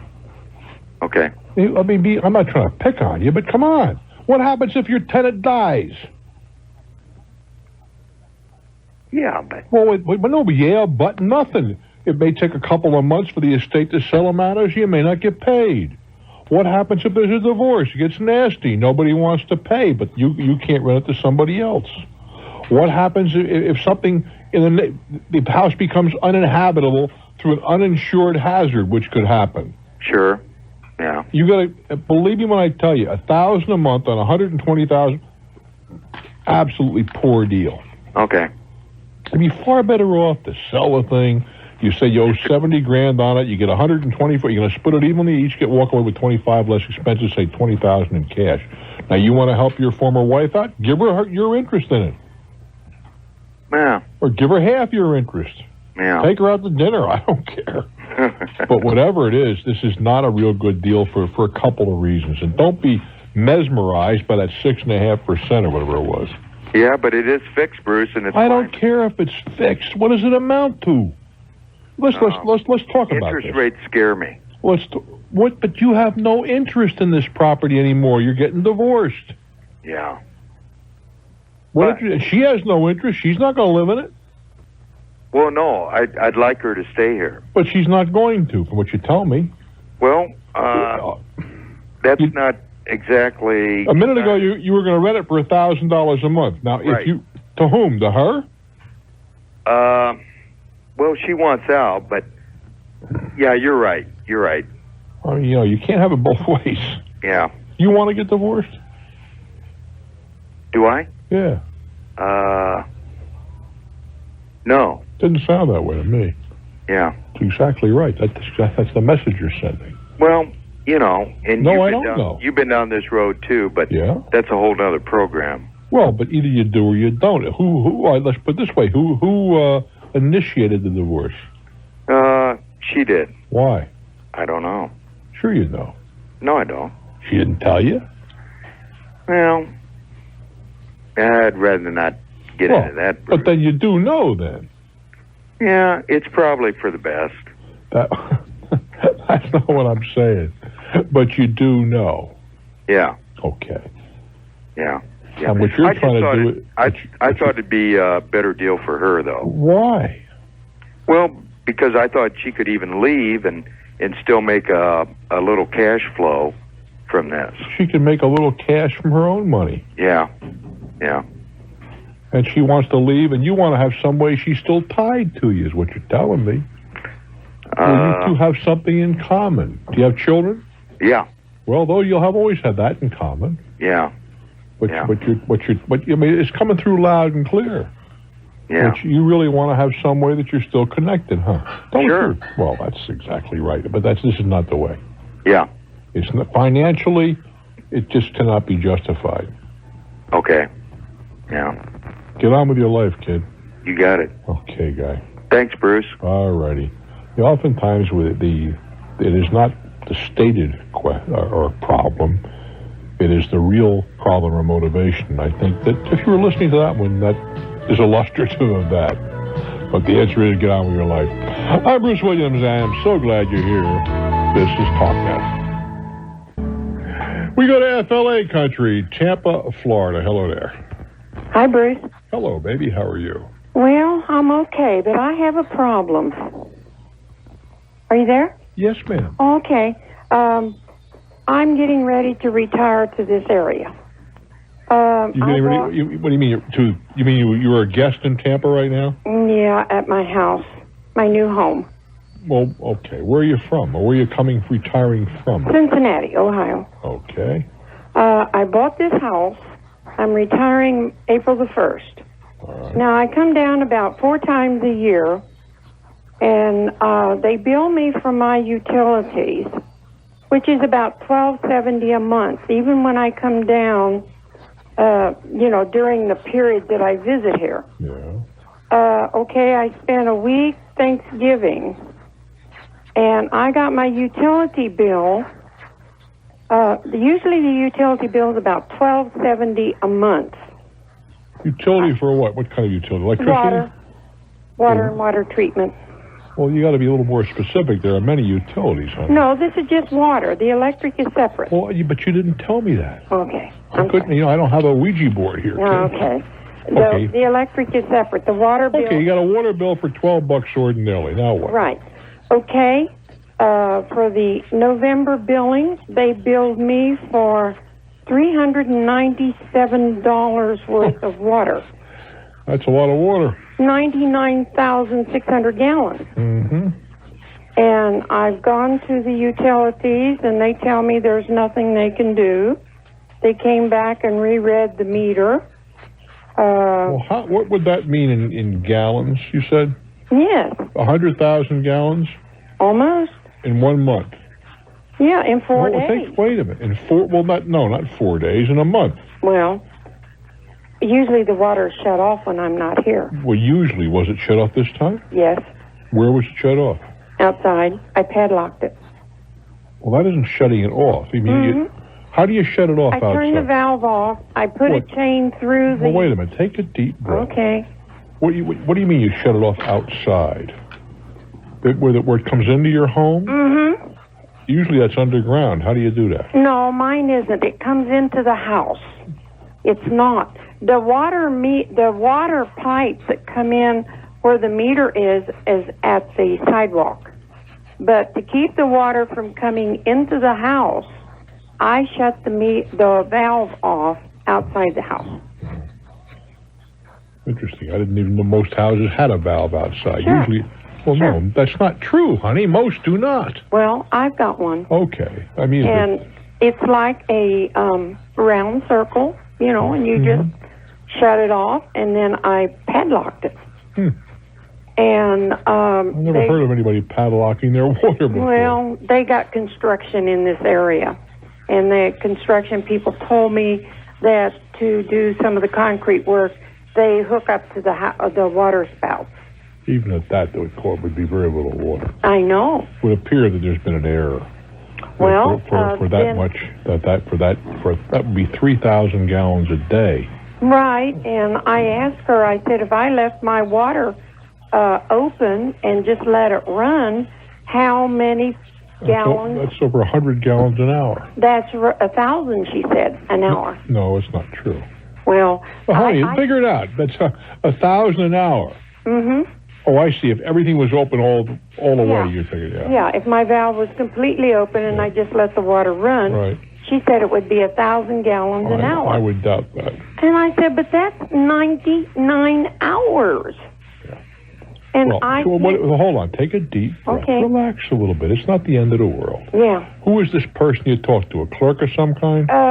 She's in charge of billing. She's a clerk. Mm-hmm.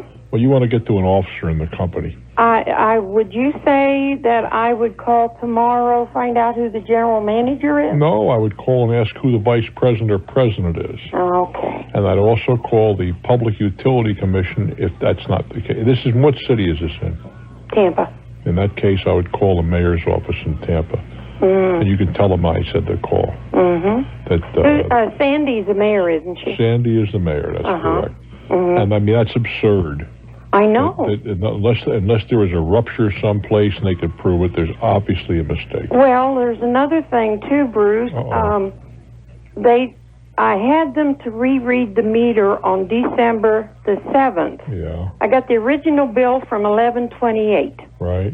So they came back out and read the meter again on 12/7. Right. And she said from the time they had read the meter on the 28th to the 7th, another 100 gallons of water had passed through the meter. 100. Mm-hmm. And there's no one living here when I'm gone. And I come down 5 times a year. Well, you're telling me, though, that it's turned off to the meter is what you told me. It's turning off. I've got it turned off at the house, so nothing will come into the house. Well, in that case, I'm not sure what would activate the meter. I don't know. I just, I was, trying to get an idea. They come out and tested the meter?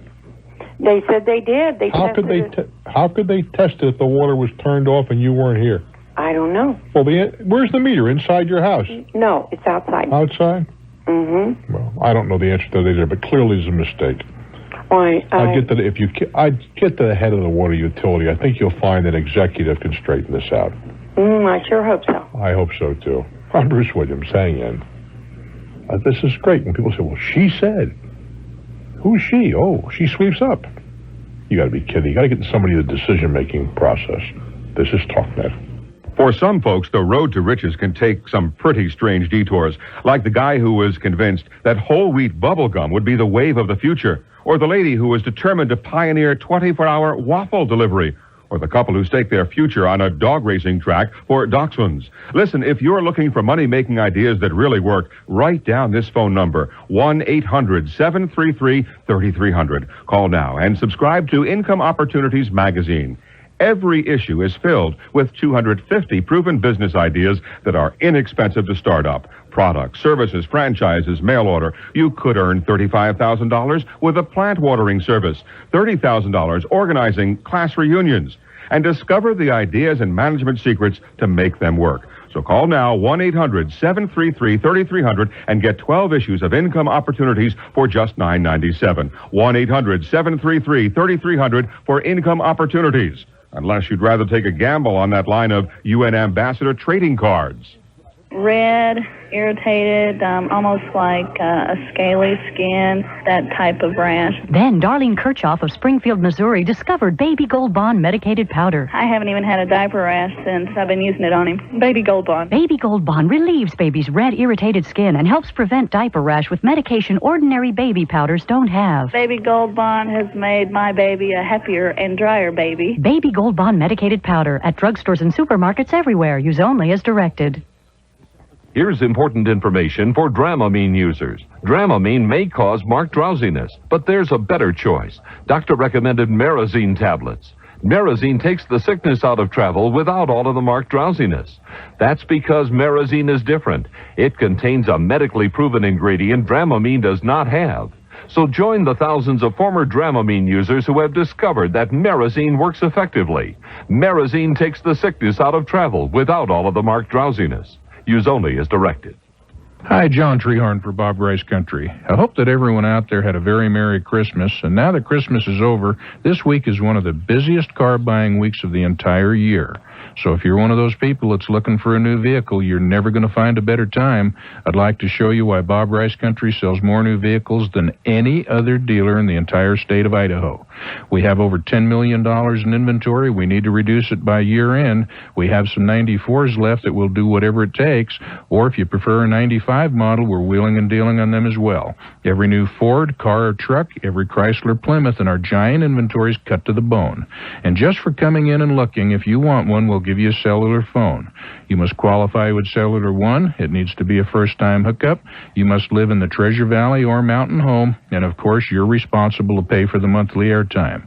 So have a happy holiday season from your friend in the car business. Come on in and see us at Bob Rice Country. I'll save you some money. That's Bob Rice, downtown Boise. News Radio 630 KIDO. Talking to you, with you, and about you. It's Bruce Williams.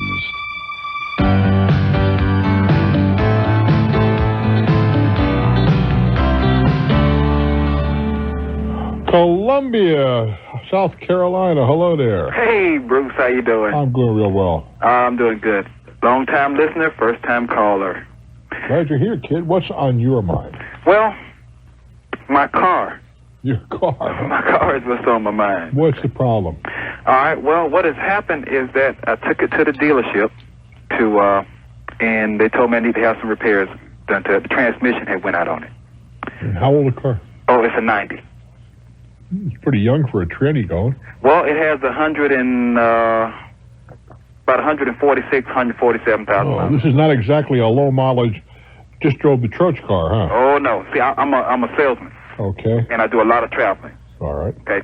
And what has happened is that I took it in there it went in the day before Thanksgiving, the 23rd of November. Mm-hmm. Okay.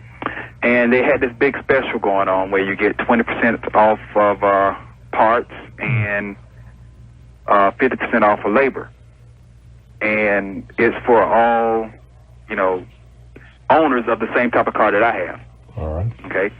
And down at the bottom it states all services and repairs. Okay, say this discount is for all services and repairs. Mm-hmm. So I go through and have them order the transmission for me. Okay. And they went ahead and ordered the transmission, and then Are you trying to listen to the radio? Well, no, I was telling my wife to go listen to the radio. Well, tell your wife. Forget your wife. Talk to me. Okay. Now, what had happened after they ordered the transmission? They found out there was a few more other things that needed to be done, and they went ahead. I told them go ahead and take care of that. Now, once they got the transmission in and took care of the other repairs, they said that the coupon did not apply to the used transmission. I didn't get a new transmission. They got a used transmission. But they gave me the discounts for all the other repairs, but they did give me the 50% off for the labor for the transmission. But the coupon did not. Was the coupon specific? It was specific. And it did not cover the used stuff, only new stuff. Well, it did not say that. It did not say whether it covered new or used. It said all parts and repair, all services and repairs. Well, it would seem to me all means all. Yeah, that's what I thought. How much difference is there in what they? I see you're saying they quoted you $10 for a tranny, and now you want to pay $5. Well, no, they quoted me $5, and now they want me to pay $10. See, what I'm saying is that... Do you have a written quotation? No, what they gave me was, I have the written coupon that they gave me that says 20% off all parts. Without regard to that, when they wrote the thing up, must have got some kind of a slip when you walked in there. No, what they did is that the guy did not. He wrote up everything. He wrote up everything except for the price and the transmission, because they had to go into the system and locate one first. Yeah. Okay, and so when they located it, it was about 2 days after I had my car sitting there. They located it about 2 days later, and then I talked with them, and they said, okay, we got the transmission. This is how much it's going to cost you. I said, okay, now do I get the 20% off or the transmission also? And the guy said, yeah. They said we're going to $1,000, whatever the number was, but we'll give you 20% off that number. Yes, that's exactly what was said. Well, in that case, I think you're entitled to get that much off. But now they won't. They wouldn't honor it. Okay, they wouldn't honor it. The owner of the dealership wouldn't honor it either. Mm-hmm. So I'm trying to figure. I took it to an attorney, and the attorney looked at it. And he said, "Well, it's a long road to hoe, so to speak. It would take. You can do this, but I mean." I think what the attorney was telling you is not worth his time. Yeah, well, that's what he was saying. Now, he told me I could... Go to small claims court after you pay the bill.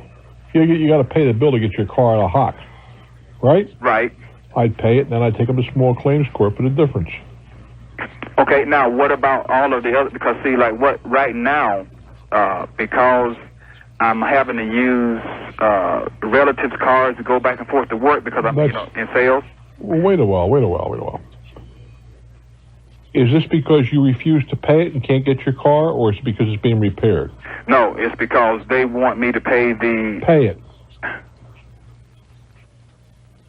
Hello? Yeah, I'm here. Pay it. Okay, pay it, and then... And then go after them for the difference. All right, for the difference, but so all the other stuff I wouldn't... How long has the car been repaired and you haven't picked it up? Oh, I would say probably about 2 weeks. Well, that's your fault. You're on the hook for that. So it's my fault, even though they want to charge me more money. I would pay it, and then I'd go after them. And you could ask for the difference in renting the car. I don't think they're going to How much are you apart on the? Let's talk about real. Never mind percentages. You want to pay them how much less than they want? $600. All right, $300 a week. Cost you that much for a car, right? Yeah. Well, it's foolishness. You ought to pay them and then go after them in small claims court. Okay. I do wish you well, kid. There are some times when you just got to bite the bullet and be practical and then go after it at your leisure, but not sit around and holler. They're holding all the cards. Woodbridge, New Jersey, WCTC country. Hello there. Hello, this is John calling from Woodbridge. Yes, John, what's on your mind? Last week, on Monday, my wife was hit in a car by a garbage truck. Mm-hmm. Now, Was your wife sitting still? Was she moving or what? Well, she was coming out of a dead-end street. All right. The garbage truck backed into the dead-end street, and right into her. Mm-hmm. So we reported it to everybody. Was she sitting still? Yes, she was. Okay, go ahead. And now we're waiting for an insurance company. They're not sure if we are allowed to sue A city. the city for the deductible of $1,000 on our insurance. Well, you don't sue them for the deductible. You can't do that. Right. You collected from your own company, right? Not yet, no. But you're going to. We're going to try. No, wait a minute. Do you have collision on your car? Yes, we do. How much damage was done to the car? Oh, car was just about totaled. All right. How much?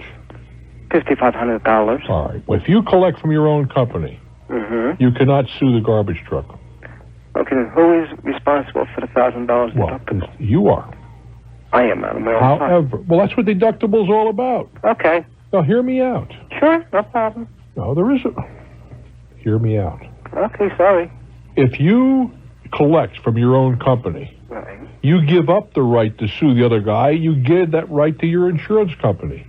It's called the right of subrogation. If they collect the entire amount, which frequently will happen, then they give you the $1,000. Right. If they don't collect it, you don't get it.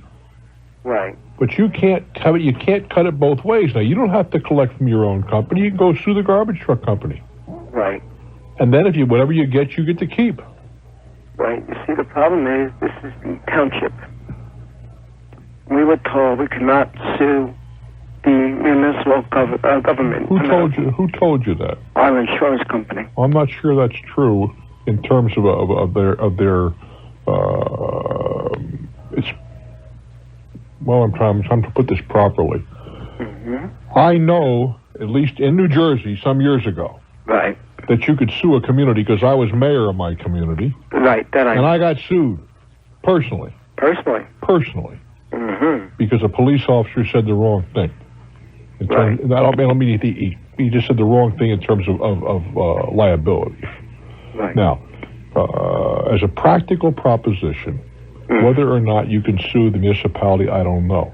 What I would do is collect from my own company. Right. And then, if they do not choose to sue, which I think they will. Right. Otherwise, if that were the case, then there'd be no reason for any municipality to carry insurance. And clearly, municipalities carry lots of insurance. Right. So I think in the case of the vehicle, you can sue them. And you can elect either go after them or collect from your own company. Your own company's going to try to recover from the city. Right. If they collect $1,000 as well, they'll give it back to you.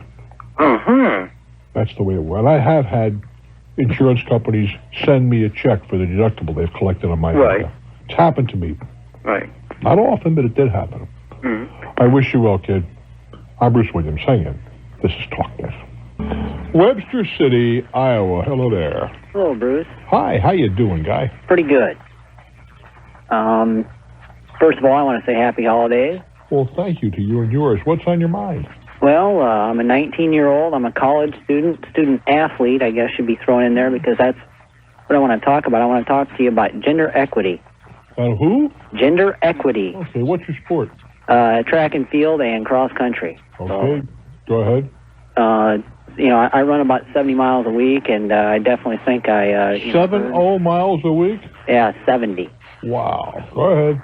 So, I think any amount of scholarship I get or, that's coming my way, I guess I feel I earn it. I don't think there's any question about that. Okay. Gender equity has to do with each men and women in all the sports and at the university getting the same amount of scholarships. So that way the women get the same and the men get the same, and there's no, in the past the men would get more than the women. Well, but the men earn more. Their sports earn. Like track and field doesn't earn any money. Correct. But football earns a great deal of money. Exactly. Football and basketball make all the money. And so they gave more scholarships in the areas where the money was earned. I mean, it's hard to argue with that. And that's how I feel as well. But at the same time, I'm not trying to call and sham women or say that they're in any way, not deserving at all. I just feel that our track and field team, let's say, I believe we get 19 between track and cross country, and that's how a lot of schools are. You get what? 19 scholarships to hand out between the athletes, whereas the women's track team, on the other hand, gets they get almost 30, I believe. Mm-hmm. And I want you to know if you feel that's fair or not. Oh, if there's fair. At 19, you may as well get used to this idea. Right. Life is not fair. Right. That's it. How about the kid who was born with no legs and you can run 70 miles a day? And what's fair about that? How about the kid who has a bad heart? He'll never run. Right. And So life is. You have some pluses and minuses. Life is not fair. You take it the way it is, and you work with the system, or you fight the system. But forget about fair. Okay. Not even a word that's important. But I guess my point is you got 60 some odd guys on a football team getting scholarships, and no, they don't give 60 scholarships. Yes. A lot of guys, they do. 63 scholarships, and that's Division I AA. That's not even Division I. That's over the 4 years. Right. Okay. That's 20 out a year, or 15 a year, or something like that. Right. Right. That's a sport that brings in tons of money. Right. Tons of money. Exactly. Well, I have no problem with that. Right. I mean, the idea, sports like lacrosse, there's nothing wrong with swimming and lacrosse and track and field and whatever, but they are non-productive in terms of revenue. Okay. And if you're going to talk straight revenue, the football and basketball are where the money is. I'm opposed to a lot of this stuff, but that's another issue. But if you're looking for equity, my young fellow, forget about it, because it doesn't exist. You take advantage of what is, and you put up with it as well. Scott Sloanacre, Ted Snyder, Paul Hill, and the redoubtable Dan Rudd, the cockpit crew this evening. Good guys to work with. And I know it's not easy, kids, but give it your very best shot. Try and do what's right, huh? I'm Bruce Williams. Made by the district manager and so on really limited my power. Like, for example, the number of hours that we were given to run the store. I was trying to be a manager of a clothing operation on 31 hours a week. And 31 a year hours? Yes, 31 hours for me to be a manager. And so I spent a lot of my off time, my own time, in the store to try to get things done. Mm-hmm. Well, what's happened is I'm having trouble explaining this to potential employers now. Wait a minute. You're skipping over something here somehow. Uh-huh. You said, you used to work 31 hours plus, and then all of a sudden what happened in the middle there? You must have left, and you said under unpleasant circumstances. None of that you share with me. Right, I quit. Well, why? Because I wasn't happy, and for the major reason was I had been going to school and finished my education and had the opportunity to get a job in my new field. So that was the real reason that I left, but I'll tell you it was a relief. Well, all that may be true, but why was that? People come and go all the time. Why was that nasty? Well, because I was very vocal about my displeasure. I was not a popular. That was stupid. Not stupid when I'm responsible for the daily operations, and but when you left, did you leave on a pleasant note? No. Why? What do you gain? Seriously, honey, you're relatively young, are you not? Yes. What would you gain by making a fuss when you leave? Tell me. Well, to be honest, I don't believe... Be honest. Okay, the honest truth is, and this is the most ridiculous thing you'll probably ever hear, but they told me I could not quit. They said, you have responsibilities here, you cannot leave. And I said, you're crazy. I'm going to leave. Well, that's not the Well, the problem was that the job that I had gotten in my new field started on a certain date, and they wanted me to stay past that date. Did you give them an ample notice? Yes, I did. Oh, you gave them 2 weeks. That's Yes, I good. did. Fine. And they wanted me to stay almost a month. But your response is, you're not crazy. You don't say you're crazy. You say, gee, I'd love to stay. I really would. I'd be lying. That's all right. You'd say, I'd love to stay. But the problem is this opportunity has a relatively small window. And I am giving you the appropriate 2 weeks notice. And I'll do whatever I can, working 40 hours a day between now and then to help break somebody in. Which is exactly what I did. But you said I'm crazy. You told me you're crazy. No, I didn't say that. What did you say? What did you say specifically? Specifically, remember, we're getting you. We may make you a diplomat to the court of St. James here. I was very firm because the date that I was given was something that was not negotiable. I understand. And I know. Being firm is one thing. Ticking people off is another. Now, let's be real honest with it, because we can't go any further. You got a problem now with the way you left, clearly. Yes. I want to hear. I don't want to hear the sugar-coated version. I want to hear what really happened. What really happened, I was courteous, but I didn't say the things that they wanted to say. And when it came down to it, I just said absolutely, positively no. I'm leaving on this date, and I will do whatever I can in the meantime, which I did. Okay. With a smile on your face. Maybe not, but it was over the phone, so. Okay. Yeah, it was not pleasant. Mm-hmm. But and of course, the person that I was talking to at that time was someone that I had spoken to on a number of occasions, trying to get other things that I could need to do the store better, and so on. Mm-hmm. But see, what's happening now is looking for other work. I worked for this company for several years, and I have to explain somehow a gap in, Oh, sure. What happened to the job that you left for? It was temporary. It was temporary. Did you know that at the time? Oh, yes. Okay. Oh, yes. It was for 1 year, and I had reasonable expectation that when I left that I could find something else, given that 1 year of experience. Mm-hmm. And that's not working out so well, huh? Well, yes and no, because I was hired again at the same place on a temporary basis again, but I was passed up for a permanent position. Why? Well, I'm not sure, but there isn't anything in my credentials except for lack of experience, and the other candidates were in the same position I was. So all I can think, it was either this or it was something that came across in the interview. Well, wait a while. That or possibly, look, you might have been both equally qualified, and the person had to make a devil's choice. Somebody, I've been in that position regularly. Oh, yeah. Where I've had 3 people who were completely qualified with one job. Well, 2 out of 3 just don't get it for no fault of theirs. But but it's still an uncomfortable thing in the middle of an interview to explain. Well, they say I was fired because that's the information that they got back from the company in asking for references. So they want me to explain. Well, do you explain? But all right, I'm going to ask that question. Explain it to me. So tell me what. Explain it to me. I called your employer a couple of years ago, and they say, contrary, you're telling me that they let you go because you were not a good employee. And I would say that. No, I'm the employee. I don't want what you would say. I just asked you the question as the interviewer. Talk to me. First person, talk to me. Okay, that's an incorrect statement. When I left, the things were not pleasant.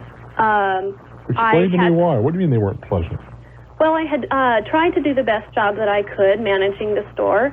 I had asked for some things, like, for example, more hours in order to do the job better, and was denied a lot of things. I had asked for to hire an additional person. Bad answer. You're shooting yourself. I can understand why you didn't get the job. Well, I did get the job. I was just... But that's still a bad answer. What should I have said? All you should say is, when I was offered another position, and I gave them a 2-week notice, which is customary, and told them I'd be very happy to help work with a new person. They were very unhappy with me leaving and asked me to stay a longer period of time, which is impossible. And as a consequence, we left not on the best of terms. But clearly, I submitted a resignation, and there can be no contradiction of that. But as a practical proposition, there are some very unhappy people, and I'm very sorry for that because I tried to do the best job I could, and they can say what they wish. The fact is, I left to go to work for the XYZ company, which can be confirmed by them. Yeah, well, which is them. That's it. That's fine. Yeah. That's what you say. And never mind. Don't go into this long soliloquy. Well, But that's not. Honey, I've employed more people than you have years in your life. Geometrically. I don't want to hear about that minutia. I don't want to hear about your petty gripes. You gave them the appropriate notice, which is what I want to hear, because I don't want you walking out on me the same way. You gave them appropriate notice. You did your best to make a transition. They didn't like that, and that's understandable, but there's nothing you can do to control that. Yeah. But you don't ever want to badmouth a former employer, because if you badmouth them, you'll badmouth me when you leave. That makes me very nervous. I do wish you well, dear. Knock 'em dead. I'm Bruce Williams. This is Talknet. Fort Dodge, you've been very patient. Glad to have you aboard. Thank you. I have a question, Bruce, about a house I'm selling on contract. Why are you selling a house on contract? Let's start with that. Well, it was a friend, and I needed to sell the house so I could buy another one, and I didn't foresee any problems. Well, this is past tense. You already did this. Yes. I mean, you're in the process now. Yes.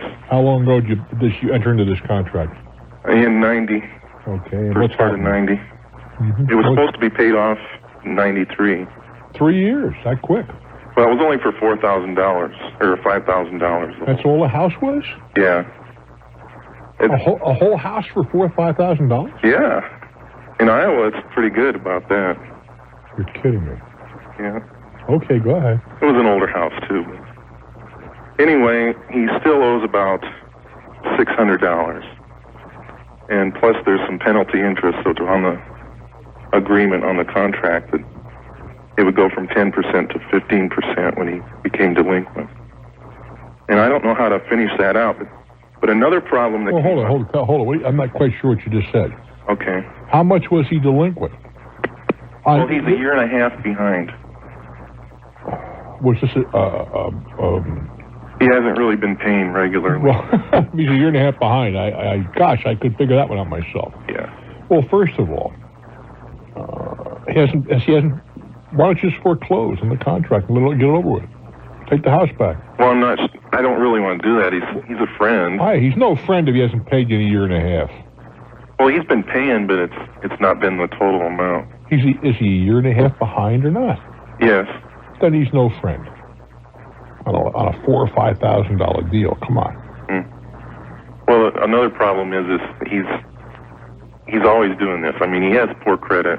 Well, the thing is in his wife's name, actually, like that. Then foreclose on his wife. Okay.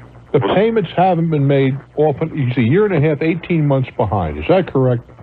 Yes. Well, he's taking advantage of you, Charlie. Okay. I mean, can you give me any other explanation? Well, I kind of knew he was that way when I got into this agreement. Well, that may be, but did you expect him to screw you this badly? If you did, you're very foolish and there's no help for you. Oh, I'm sorry to hear you say that. Well, give me a better explanation. Well, I was just happy to get out from underneath it. But you're not out from under. Yeah. The house is still in your name. Is that correct? That's true, I guess. All right. Did you owe money on it? No. It was... I just needed the extra payments, I thought, to make the payment. Who's paying the taxes? Pardon? How much are the taxes? Who's paying them? Oh, he is. He paid them even though he doesn't pay you, he pays the taxes? Well, I guess I should be checking on that. Well, I guess you should, or get foreclosed upon. The whole thing will be academic. Yeah, he's responsible for them, I should. No, that's a better word. He's probably not paying them anyway. Mm-hmm. Well, you asked the question. He's a year and a half behind. Foreclose on it. Well, Bruce, yeah. I need to explain this too. It's in his wife's name, and she died in an accident. All right, then the house, then he is her heir. Is that not true? Well, I believe so. I haven't really. It's happened about a month ago. She died. Then if she other things being equal, it would be his asset now. Mm-hmm. The contract. But so you can foreclose against the estate of his wife. Okay. Either way. If you're a smart guy, you'll get an attorney in a hurry. And this guy is sticking you. Hey, you're a nice fellow. You tried to help out a buddy, but he's, so he thanked you by sticking you. The first thing you do tomorrow morning is call and see if the taxes have been paid. If they haven't, pay them. Next thing you do is call your attorney. I wish you well, guy. You don't need friends like this. I'm Bruce for Talknet. Oil City, Pennsylvania. Hello there. Good evening, Bruce. Thanks for taking my call. You're very, very welcome. I'm pleased to hear. First-time caller. I have an ongoing problem with an oil company. A purchase I made from them was not oil. It was on a credit card, and it was a tape player, recorder, radio, which looked like a pretty good deal at the time. One of those little things they have an insert in your bill and you Yeah. Mm-hmm. And consequently, when it got here, it was not damaged, but it was still amounted to what I called a piece of junk. Huh. A lot of stuff on it didn't work. Well, did it not have some kind of a return privilege? They almost invariably, if not satisfied, return it for a full credit, all that sort of stuff. Yeah, the problem is, we sent it back, and they failed to recognize the point that it came back. Well, how did you send it back? U.S. mail. Well, that wasn't very smart. Insured. Insured? But they claim that the insurance ticket is no proof to them that they received it. When it's insured, there has to be a signature. Well, no, listen to me. How long ago did you send it? About a month and a half ago. Well, you can make you file a claim with the post office as undelivered. No, I hadn't gone that far yet. I'm telling you what to do. Oh. File a claim with the post office as undelivered. May not have been delivered. I sent an insured package. Took them 47 days here a couple of months ago to deliver the damn thing. Yeah. That was to me. So I know it didn't get delivered, and I know it was properly addressed, because when I got it, it was clearly, correctly, in every regard, addressed. 48 or 47 days, let's say over 40, to go from Florida to New Jersey. Absurd. But the point is, you say to the post office, it never got delivered. Well, here's the rest of the story, though. Just hear me out. You say to the post office, never got delivered. Well, that's what this outfit said. See, I want you to listen. Oh, I'm sorry. You'd go and file a claim. Never got delivered. It's up to the post office to come up with a signed receipt. No, sir, I didn't file a claim. Oh, dear Lord. I am telling you, tomorrow, take a day off from work, go down to the post office, fill out the claim form, say this was never delivered. As far as you know, it wasn't delivered. You haven't heard the whole story yet, though. Go ahead. The whole story is that finally we got what amounted to a receipt from them. They claimed, the oil company claimed that they did find it. They received it. They did or did not? They did. Well, a moment ago you told me that wasn't sufficient. Well, the whole gist of the thing is that this other outfit apparently takes care of that type of thing for the oil company.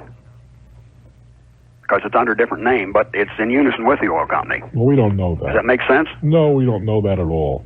Well, I'm telling you don't know that. Oftentimes, credit card issuers, because I've done it. All right.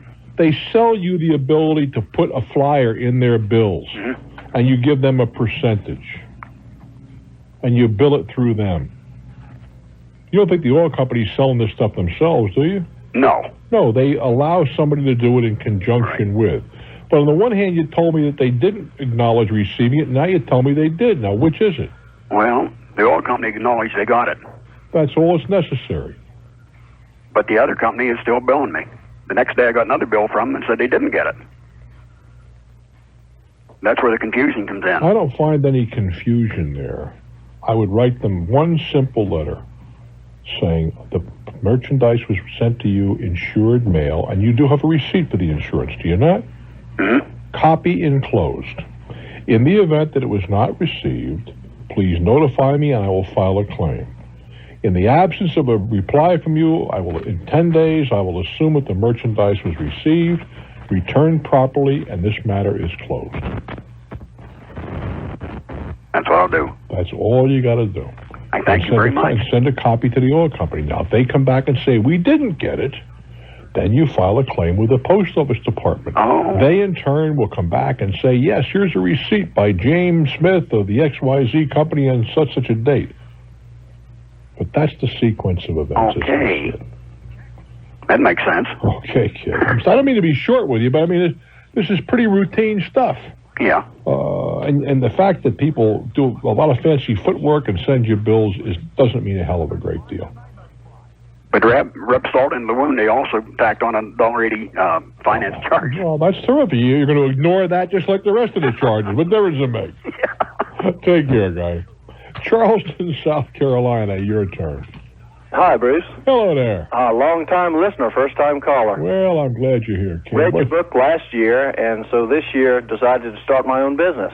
Oh, my goodness. I'll give you a refund, I think. No, I'm not going to ask for that. What kind of a business did you start? I do handyman-type stuff. It started off as sort of an appliance technician-type thing and sort of developed into jack of all trades, master of none of them. So I've done everything from putting a new floor in a kitchen to appliance repair, unstopping a toilet, installing a basin, you name it, I can do it just about. I'll bet you can make a very good living at that, too. I'm hoping to. Well, it's difficult to find people who can do all that stuff and will do it quickly. Mm-hmm. You call them at 8 o'clock at night, they'll be there the next morning. Well, that's I try to get out there just as quick as I can. And, 24 hours a day. Yeah, well, I don't have a pager yet, but I'm heading in that direction. I do have a cell phone. Well, that's all you need is a cell phone that's in your back pocket. That's what I probably needed. I've got the larger phone, the bag phone. It's a little hard to strap on, but I guess I can. Yeah, what you need is a pocket phone. That'd probably be my best bet, but I like the better wattage for the other. I have got all of my receipts for this year for all the gross receipts that I deposited into the business. It's set up as a sole proprietorship. Well, that's just you then. Yes, just me one. Right. There's no difference between you and the business. Oh, okay. Now that's what I was asking about with taxes in relation to taxes. I've got a federal ID number. It's just you. Okay, but you deduct your expenses. Mm-hmm. You show there's a schedule, and I don't know what it is. Mm-hmm. But you add all of your income, you deduct your expenses, and you pay personal income tax on what is left. What's deductible as far as my bill for my cell phone? Anything that costs you, anything you spend in order that you will do business. Okay. And certainly the telephone. Now, somebody could argue, we'll use it for your personal. You say, look, I would never have a cellular phone except for this. And I don't think you would you? No, I wouldn't hardly have one in my residence. No. Well, not questioning your residence. I don't have a cellular phone in my residence either, but I've certainly got one in my cars. Right. So the point is but you could argue persuasively that you wouldn't ordinarily have a cellular telephone. But gasoline and all of the materials I purchased for the jobs I did are deductible? Without question. Okay. Any postage, telephone calls. Mm-hmm. What about the credit card debt that I have right now? I've got one card that I basically purchase my materials on until I get established some credit around town, and I basically purchase all my materials and then I pay that card off every month. But it does have a hanging balance right now from the truck I purchased. The interest is not deductible against personal income. Mm-hmm. Interest in the course of business, I think, would be deductible. Mm-hmm. But not personal interest for your personal purchases, but business interest is deductible. I believe that to be the case. Okay. Now this, as I mentioned, I hadn't paid anything up front to the IRS, so I guess I'm going to be slapped with a pretty big... Well, not necessarily. Have you made money? Not really. I've made enough to live on. I've got 2 part-time jobs on the side that sort of help me out. Well, the thing is, do you have anybody helping you with your taxes? No, I do I've done my own taxes for the last 10 years. Well, you really shouldn't. At the beginning, you would have someone who knows a little bit about business deductions and the appropriate schedules. Mm-hmm. Even if you're just filing a easy form, or well, you shouldn't file. You can't. If you file an easy form, none of the things I told you apply. Mm-hmm. Nothing. Did you hear me? Yes, sir. Yes, sir. Nothing applies. Okay. You don't get the deductions on an easy form. So I'm filling out basically the same type of tax form as I would for a long form, even if I hadn't started a business? Or is it another set of stuff? A minute ago you told me you file a 1040 easy. That was last year. Well, I'm talking about this year. Never mind last year. Okay. This year, if you want to take deductions, you got to file a 1040. All right. And if you want to file that, I think you're going to need some help. At least the first time out of the blocks. We're not talking about a lot of money. Mm-hmm. $50, $75, maybe $100. Oh, okay. Well, that's not. Hire somebody to go over it with you, show you what kind of records you have to keep. What are called contemporaneous records. Mm-hmm. Mm-hmm. That means keeping records as you go along. Yeah, I've got envelopes with just about every receipt. Okay. I've purchased everything. Well, you need a little more than envelopes. That's a start. Yeah. But do get some tax help, at least what records to keep and in what form. Mm-hmm. I wish you well, kid. I'm Bruce Williams. Hang in for more. This is Talknet. Endicott, New York. Hello there. Good evening, Bruce. Good evening, Tiger. What's on your mind? Well, how'd you know I was a Tiger? I can tell by that voice. Well, I own a home.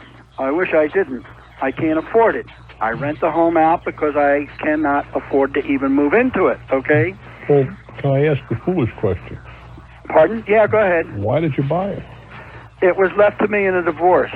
Unluckily, that's what the judge gave me. Well, okay. But and he gave my spouse money, which I had to remortgage the house to give her the money. Why didn't you sell the house at the time? It's very difficult. It was up for sale. It's been up for sale for 5 or 6 years, and it's just a house. It's overpriced. Well, unfortunately, we bought it at one price, and I don't think I could sell it for that price right now. Well, that's unfortunate, but I mean, if you can't afford it, why not sell it for less? Well, I would if I could. Believe me. Well, let's take some numbers. I mean, you may have to go to the closing with a check in your hand. How much do you owe on it right now? $40K. What are you asking for it right now? $45. Well, drop the price to $40. I'm waiting for somebody to come at me, okay? Nobody's coming at me. It's probably too high to come at you. Well, there's no price on the sign is on the front of the house. I don't think that's the issue. I wanted to ask you. Okay, what is the issue? I'm just curious. Can I go bankrupt? Sure, you can go bankrupt. Okay, now what? I've been to the bank to ask, if they could cut me some slack, and that. How much do you owe the bank? $40,000. And how much do you earn a year? Last year, I'm retired. Okay. How old are you? 70. And you just got divorced? No, 5 years ago. And What do you got in the way of assets? Nothing. What do you live on? Social Security. Last year I did make $11,000, but I can't always find a job that lucrative, okay? I'm not sure I could find one like that in 1995. Yeah. And my nose has been to the grindstone, and I'm getting a little tired of it. Well, how much could you sell the house for? If I got lucky, maybe 38. Then sell it for 38. Bruce, I would, but that's not my issue. Can I go bottoms up? Can I? Of course, have you been bankrupt in the last 7 years? Never. Then you can go belly up. No question. I can? Yes, sir. See a lawyer for that and tell him I want to go belly up? If that's what you want to do. Well, see, if that's the only way I can get rid of the house. I'll tell you, if the market isn't there. It's not the only way you get rid of the house. And as a practical matter, if everything you tell me is true. It's true. Then they have nothing to come after you for anyway. Why bother going bankrupt? Oh, either way, at 70 years old, your credit's over for the rest of this world. That's right. Now, so why bother going bankrupt? Just stop paying on the mortgage? You can go back to the bank and have what's called a voluntary foreclosure. Tell them you haven't got any money, you haven't got any assets. Okay. I've already talked to them, and I'm waiting for their answer. So when I go back to them or they come back to me, that's got to be my take then. How much is it rented for right now? $477 a month. Well, that ought to take your payments for you. I'm afraid it don't. How much are your payments? $635. Wow. How many years? 15. A 15-year mortgage? Yep. The bank would be better off to give you a 30-year mortgage. Get the mortgage payments down about where... Bruce, that's what I was hoping. That they'll come back and make me an offer. Well, you got to be... you're playing poker with a busted flush. Uh-huh. You can go back to them and say, look, I'd like to have this worked out. But I have two choices. I will stop making payments. Uh-huh. And then you're going to own the thing. Or if you give me a 30-year mortgage to get the mortgage down to a number that I can rent it for. Yeah, I may not live 30 years, but at least you guys will be making some money. Chances are you're not going to live 30 years. No. I'll call you in 30 years, Bruce. I don't know I don't know where you're going to call me. I don't plan on being here 30 years from now either. Oh, yeah, I forgot. That would put me up around 100, right? Okay. from your lips to God's ears, we should both be around, but I don't think so. I'd go back to the lender and say, look, this is the situation. It may well be they're only servicing it and they won't care. I see. In that case, you say, well, was a voluntary foreclosure agreeable? If it's not, stop making payments. They'll foreclose. In a big hurry. Your credit's going to, not necessarily, your credit's going to be verstunken, but you don't care about that because either way, the bankruptcy's going to make it verstunken. Okay, now I do receive a monthly rent on it. You mentioned that. Yes, but should I just keep pocketing the rent? Certainly. Okay, until such times as they foreclose. That's true. They may come after that. We'll have to worry about that at the time. All right. Take good care, guys. Thank you, sir. You're very welcome. The idea of going bankrupt doesn't appeal to me, but in this case, he has little to lose. Why spend the money in a bankruptcy? What it comes down to, he has no assets to attack.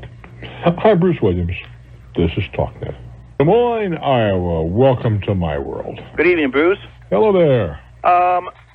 I have purchased back in 1992 of September a new sport utility vehicle, and we noticed a sport utility, like a fancy pickup truck? Yeah, something like that with 4 doors, and we thought it was something we needed, which we figured out we don't, but that's in the past, so it looks good.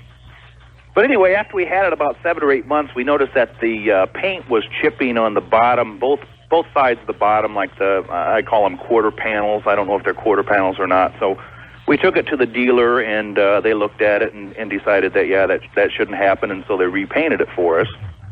And that was in July of 93. And then June of this year of 94, we noticed the same thing happening again. Same place? Same place. And so we took it back to them, and I did notice that on the 93 models, they have added a piece on the bottom there, like a rubber, probably 4 or 5 inch piece that would protect it from sand and gravel and things like that. Yeah. And so anyway, they did repaint it again for us. So at that point, everything was great, but now I notice it's doing it again. And well, either there's something that they put on originally. You say it's chipping or peeling? It's basically chipping. Well, if it's chipping, it's being abused. Probably the chances are what's happening is that the way the car is designed, you said it's on what you'd call a quarter panel. Well, one of the areas sounds like the front wheels when you're turning a little bit. Well, the front wheels are designed so they're out about 3 inches wider than the body of the UV vehicle. Yeah, but it sounds like it's throwing something up off the road.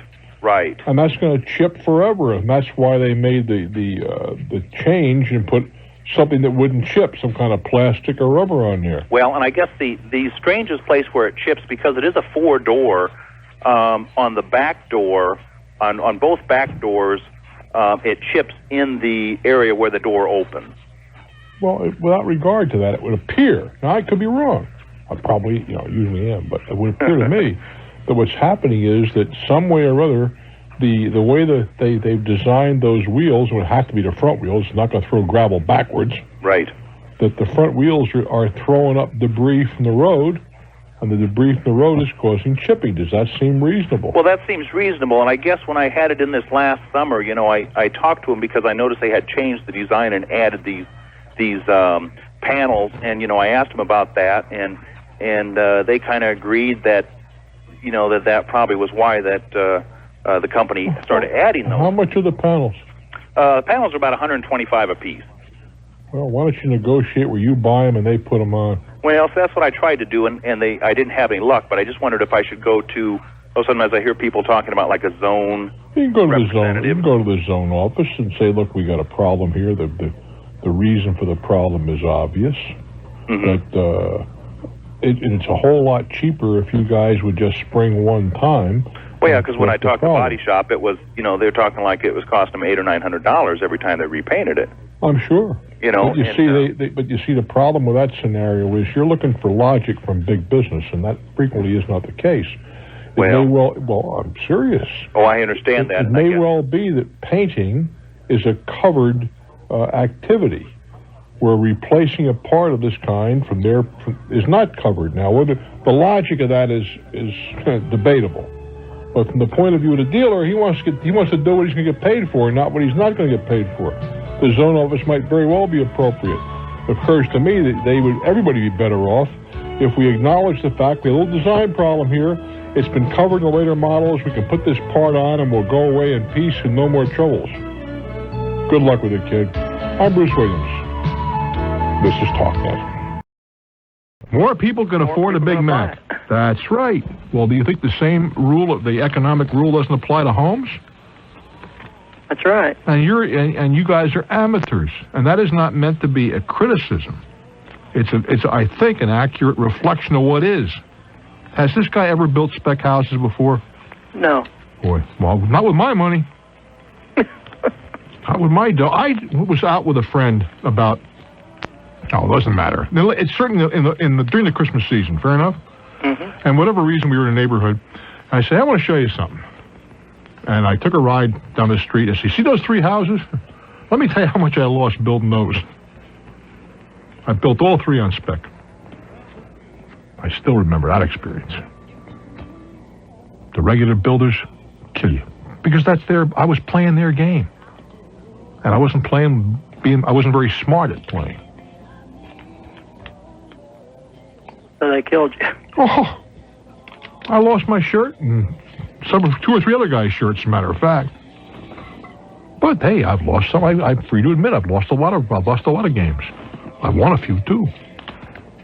Yeah, you're better off going on the lower end then. Oh, if I were going to do it, yeah, I wouldn't go the real low end, but I'd sure go to the lower middle. If I were going to do it, because if push comes to shove, you could probably self-finance those for a couple of years. Yeah. It would hurt, but you could do it. That's the difference. I do wish you well, my friend. I'm sure your son-in-law will be after my head, but I'm on your side. I'm Bruce Williams. This is Talknet. Fort Worth, Texas. What's on your mind? Merry Christmas, Bruce. Merry Christmas to you, my friend. This is What's Scott. going on? I've got a question for you on the stock market. Well, that's a pretty heavy topic for tonight, but go ahead. Okay. Well, I had bought speculated, like the last gentleman was talking about, I speculated on a stock for $1 a share. Penny stock. Just 200. No, it's called penny stock, right? Penny stock, right. Even though it doesn't cost a penny, it's called penny stock. What exchange did you buy this on? American Exchange. It was on the American? Yes, For $1, huh? Right, it was on its way down and out. I just was speculating it would come back up. You had to hurry, catch it before it was gone, huh? Right, and that was in March of '94. All right. And in May, it delisted. It's called no quote. No quote. No quote. Okay, I guess it went over the counter is what I found out. What I did is I just kept it in the, I have a little satellite receiver, and I just kept it programmed in there thinking, maybe it would start trading again someday, and I'd catch it. Sure. Well, on Friday, December 9th, it traded again. Yeah. For one day at over $300 a share. What? Yeah, no joke. I picked it up and got it recorded and everything. And I was sure you got the right. first. Are you sure you got the right stock? That's the kind of thing. If something went from $1 to 300, I think I'd know about it because that's the kind of thing that would make headlines. Right. So It traded under the same symbol, and it traded on the American Stock Exchange. I get all that information, and it traded 12,500 shares that day. How? Well, I'm listening. Go ahead. And it only traded one way. In other words, it was only sold back into the market. It wasn't. Nobody was speculating on it anymore. It wasn't sold back out into the public. Oh, but there was a legitimate trade at $300 a share. Evidently. I don't think so. Okay. I don't mean to. I'm not questioning what you're telling me that you're lying to me, but I think you're mistaken. Okay. Well, it came over the satellite, and that's what I'm trying. Without regard to that, I just think you made a mistake. If something went from $1 to 300, that would be on every newscast in the country. Exactly. Well, so it didn't happen. No, and it only traded that day, that one day only. I don't know. I don't think it traded that one day only. I think you made a mistake. I really do. Okay. I mean, I would be nice if you didn't, but I just think you made a mistake. Well, what makes you think that? Just because of the because if any security went from $1 to 300, a listed security, that would be on the front page of every financial newspaper in the nation. Right. Because that only happens once in a lifetime, if at all. I mean, when Johnson & Johnson bought, what was it, the soap company, Neutrogena.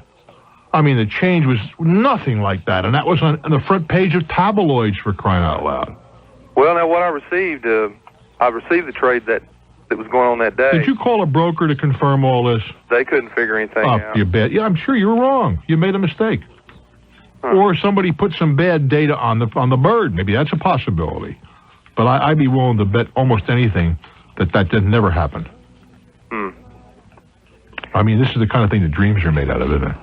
Well, yeah, especially since it's supposedly traded when it wasn't even listed any longer. You know, I thought, well, it's either a computer error or I don't think somebody was cleaning their books and it just slipped out or something. It just didn't happen. Cannot believe that happened. Wish I had better news for you. I just don't believe it happened. Well, I don't ever expect to get anything anyway. I was just wondering if, anybody ever heard of that before. I call a broker. But you say you already did, and they haven't got any record of it. No, I'm repeating myself. I do wish you well, guy. Thank you, sir. Take good care.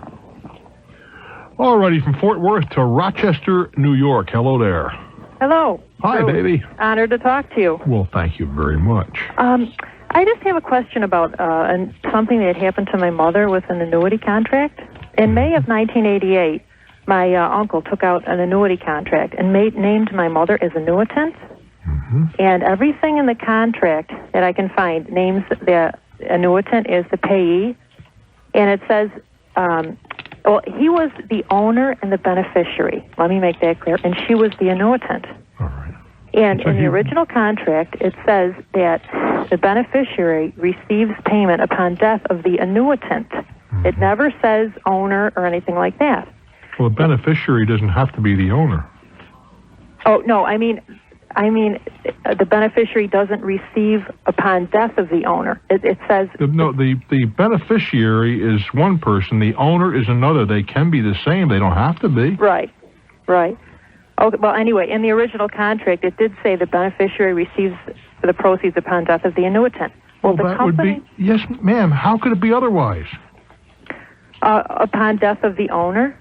Maybe? You didn't say that. You said a moment ago, just a minute ago, you said the death of the annuitant. Yes, that's what it says in the beneficiary would receive the... Well, who else would get it at the death of the annuitant other than the beneficiary? Okay. Well, anyway... No, I'm asking a question. I don't mean that as a trick question. Is there another answer to that? No, I guess I'm a little bit... The reason I'm telling you that is because the company went out of business... Oh, boy. And it was taken over by another insurance company. Oh, okay. They changed that to the beneficiary receives payment on death of the owner. If the owner and the annuitant are two different people, that means a lot. Yes, it certainly does. And I don't know how you could do that. Well, this was changed, Bruce, believe it or not. It was taken over by another insurance company. I believe it involved the New York State Insurance Department. I'm not exactly sure. I saw some paperwork about it. Yeah. But they changed the contract over to the other insurance company. And that much is no big thing. That when a company gets in trouble, frequently their accounts are taken over by a healthy company. Okay, however... Sometimes under the tutelage of some governmental agency. Okay. That in itself is not unusual, but I don't believe the contracts can be changed other than when a very weak company goes down. For example, they may say, well, for however length of time, you can't borrow against it. You can only I can think of a specific example where a company got in trouble, and the only benefit they would pay was a death benefit. They conserved their assets so they could pay death benefits, but you couldn't cash it in unless you had. I guess under some certain extenuating circumstances, you were allowed to cash it in.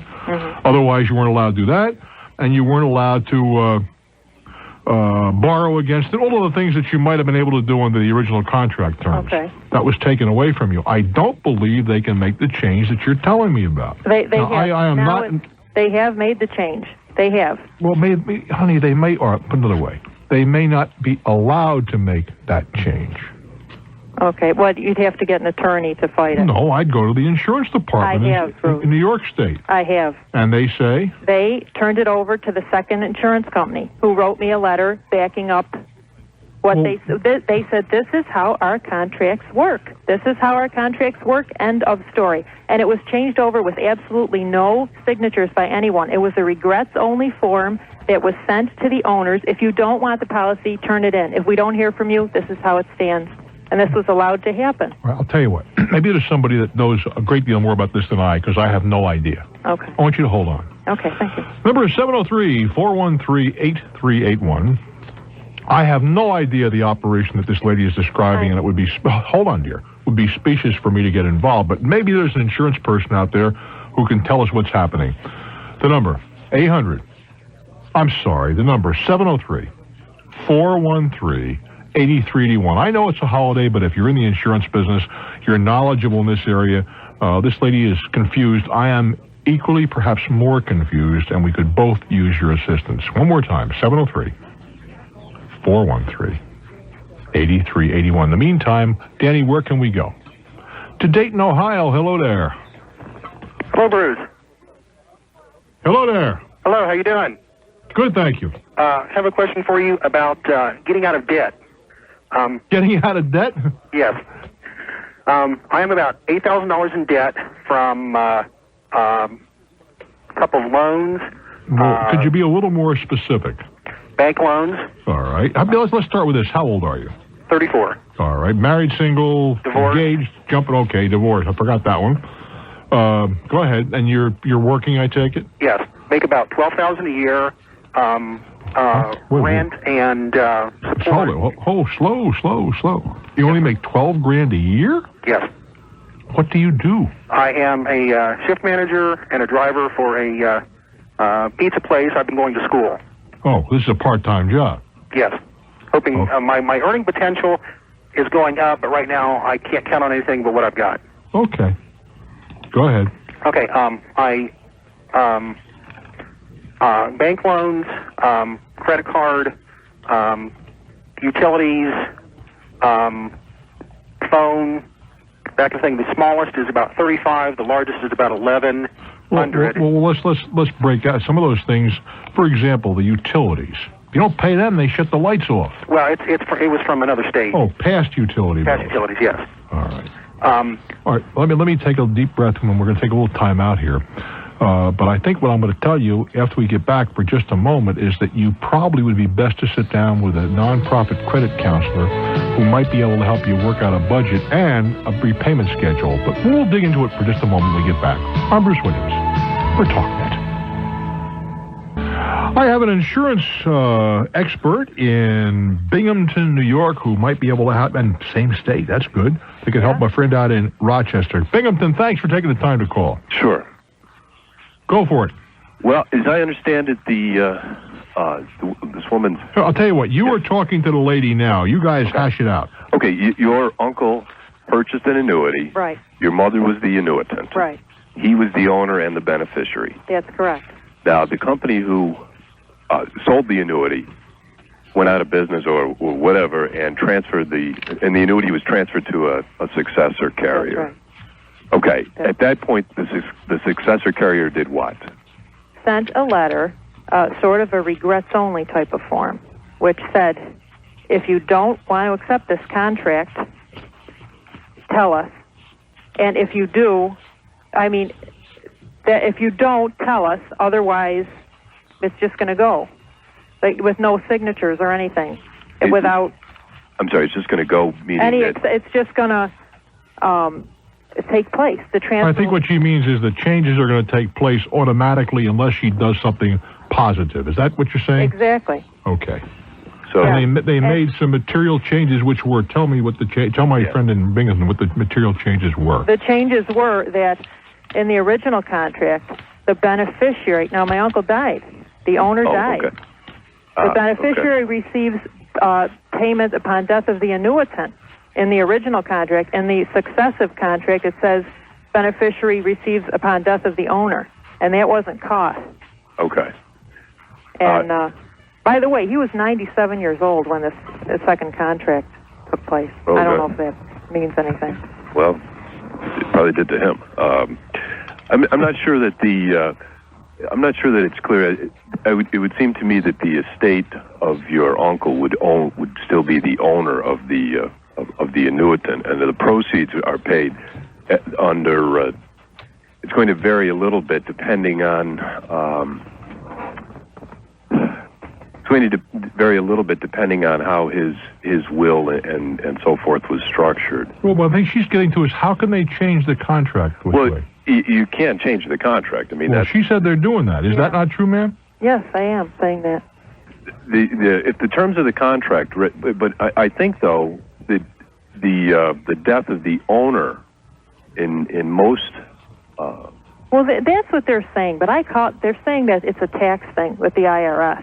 When the owner dies, it has to be distributed. That's what they're saying. But I called the IRS, and they said that's for qualified plans by employers, and insurance companies have a lot of freedom the way they write these contracts, and that is not. I called the pensions and annuities department. In many situations, you can have a successor owner or even a successor annuitant, but I don't believe that they can make unilateral changes of that sort. They also said. If she would have started the payments before he died, she would be receiving payments for the rest of her life. But because she didn't take anything out, and he died before payments started, she is high and dry. And yeah, well, there's a difference between an annuity that's in an accumulation type of mode or an income type of mode, and they are treated quite differently. Why was the account? Well, I have a question. Why was the account set up the way it was?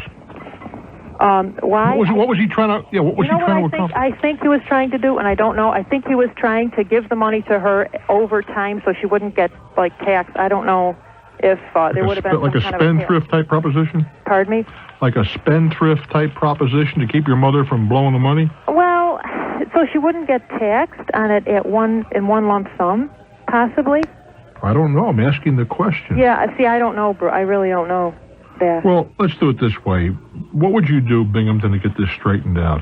Well, you've said you've contacted the insurance department. Yeah, I have. And I haven't called them back again. However, they have notified the second insurance company that I've inquired about it, and the second insurance company has just sent me a letter saying, well, we're backing up our contract. The way our contract reads is the way it is, and your uncle had no means of making the first contract. He had no way of making the first contract prolonged. I mean, it was null and void. It was null and void. So what have happened to the proceeds at this point? It's still with the second insurance company. They are still with the second insurance. They're waiting for direction as to where it should be paid. Probate going through. Oh. Well, then what you're saying, you didn't tell me all this, ma'am. What you're telling me effectively is that the money is paid to your uncle's estate. That's right. That's right. And I was thinking that it should be still going to the annuitant.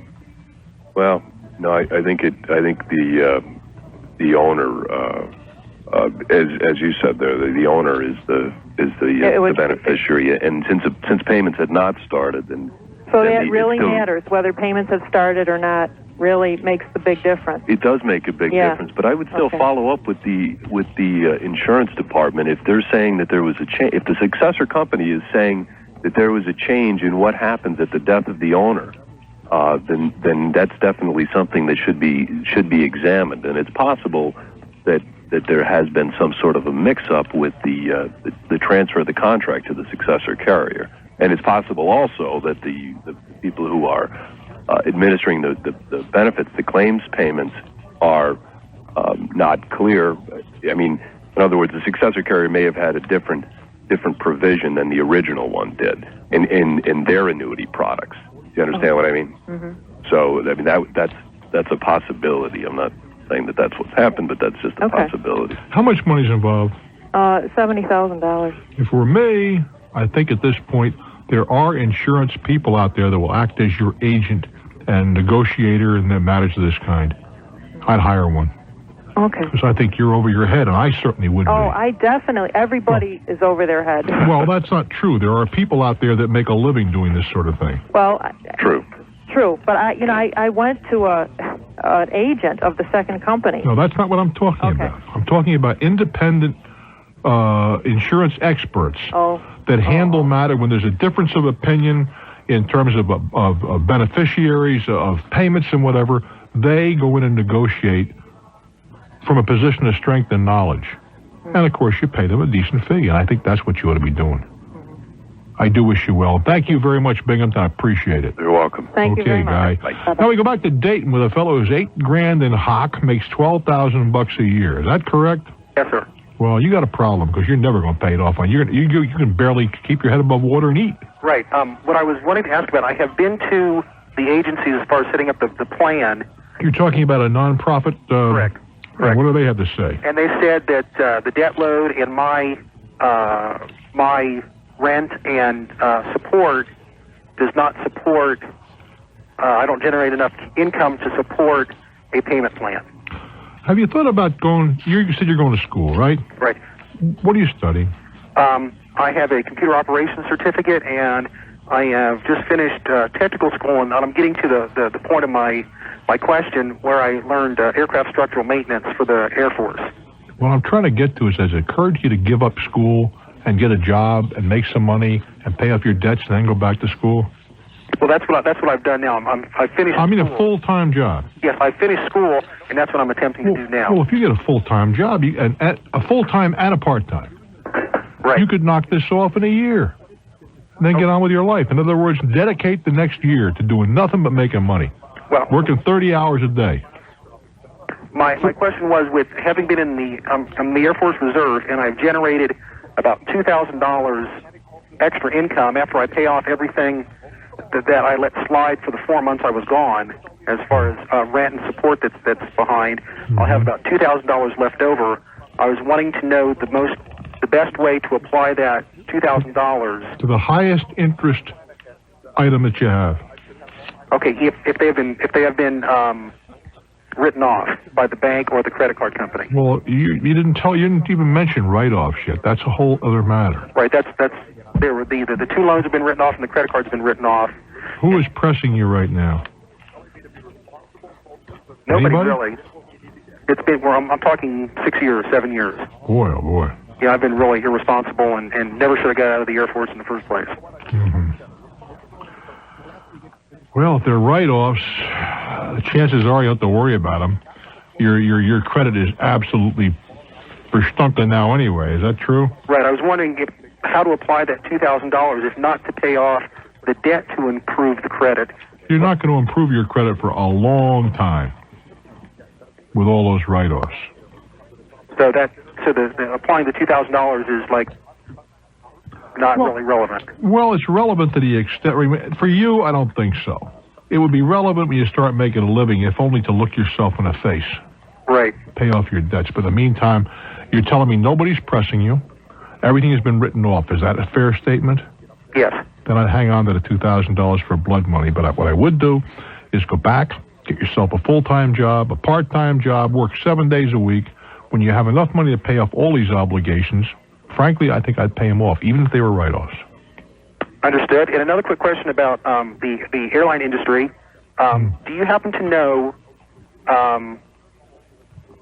how I would approach, or the best way to approach an airline or any kind of air carrier as a aircraft structural maintenance? You just got to go to their human relations personnel department and apply like anybody else. There's no good boy kind of attitude in that industry. It's not that I know of. All right, not sir. That I know of. I wanted to also say that I've been listening to you for about 5 years, and 3 truths that I have learned by listening to you: hard work pays off, experience is the best teacher, and let the professionals work for you because they know their jobs. You've capsulized it pretty well. I do wish you well. I'm Bruce Williams. This is Talknet. Hello there, Omaha. Welcome to my world. Hi, Bruce. How are you? I'm okay, thank you. I have a question for you. I've got about 1 million questions for you. Well, let's settle on a couple. What do you say? Okay. I have the opportunity, perhaps in February, to travel to Hong Kong. Well, have you been there before? No, I haven't. All right. When you say Hong Kong, you mean Hong Kong and Kowloon and, yeah. Portuguese Macau and so forth? Yeah. Shouldn't be missed. I have friends in the UK that have been there that said, you really need to go. Oh, well, I echo that.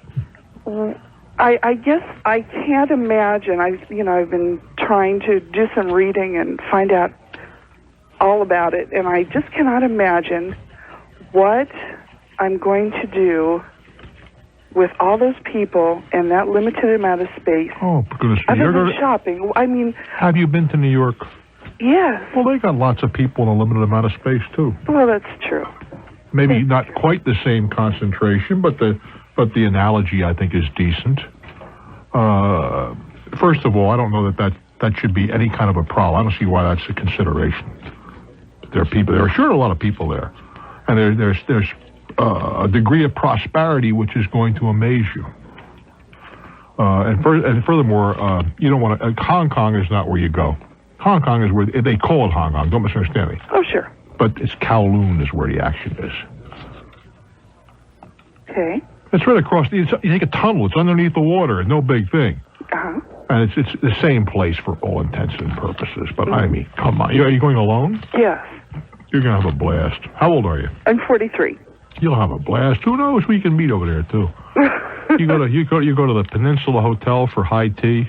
I mean, there's a Peninsula Hotel for a drink, for that matter. Uh-huh. It's a quintessential expatriate hotel. Oh. And it's in Kowloon. I'd go in a heartbeat. In a heartbeat. How long would you go for? I was thinking probably a week, 7 days. That I didn't really know. That's pretty tight. That's a long haul for a week or 7 days. Uh-huh. And you'd certainly want to take a trip up into the mainland of China. And you'd also, in my opinion, you want to do that for a couple of days. And you also want to go over to Portuguese Macau, which is jet foil away. Uh-huh.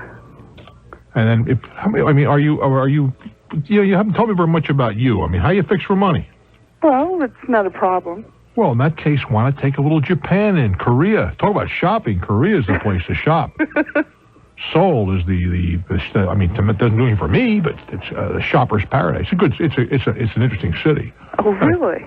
Seoul is very interesting, yeah. I guess I had always thought that Hong Kong was the shopper's paradise. Well, I think there are a lot of people that might disagree with that. Really? Yeah. And you don't see any problem with a woman going alone? Absolutely not. I know a young lady who was a school teacher, and she had a blast over there. Of course, she does travel well by herself. Uh-huh. She was a school teacher. She worked for one of our affiliates. I think she still does, matter of fact. And she had a blast. She went over to Thailand from there. Had a great time. But if you're not pressed for money or time, I would go to Hong Kong, Kowloon, that whole center there. Mm-hmm. I'd also go to Singapore. I would go to Tokyo, Seoul, and the mainland.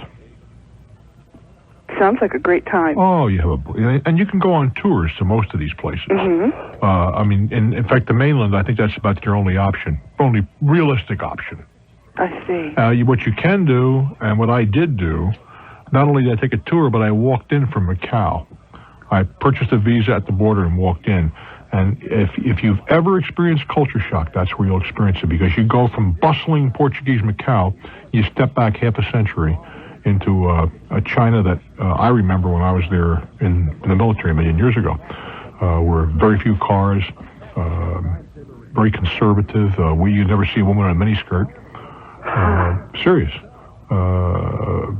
It's just a great contrast. Sounds fascinating. But I wouldn't miss it. I wouldn't get it. If you got a chance to do this, you'd be foolish if you can't. Why does this opportunity pop up real quick?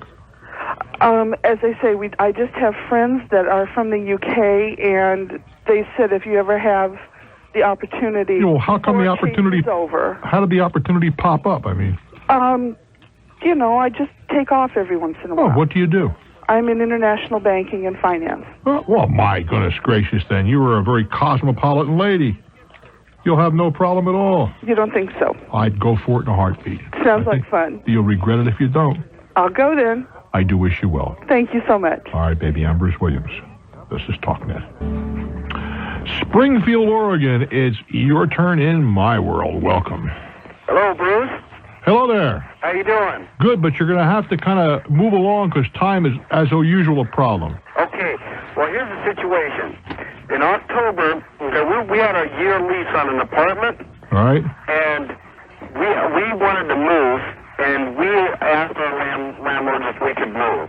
And if we could get out of... You could break the lease. You can always move. Right, yeah. We asked if we could break the lease, and they told us that would be fine.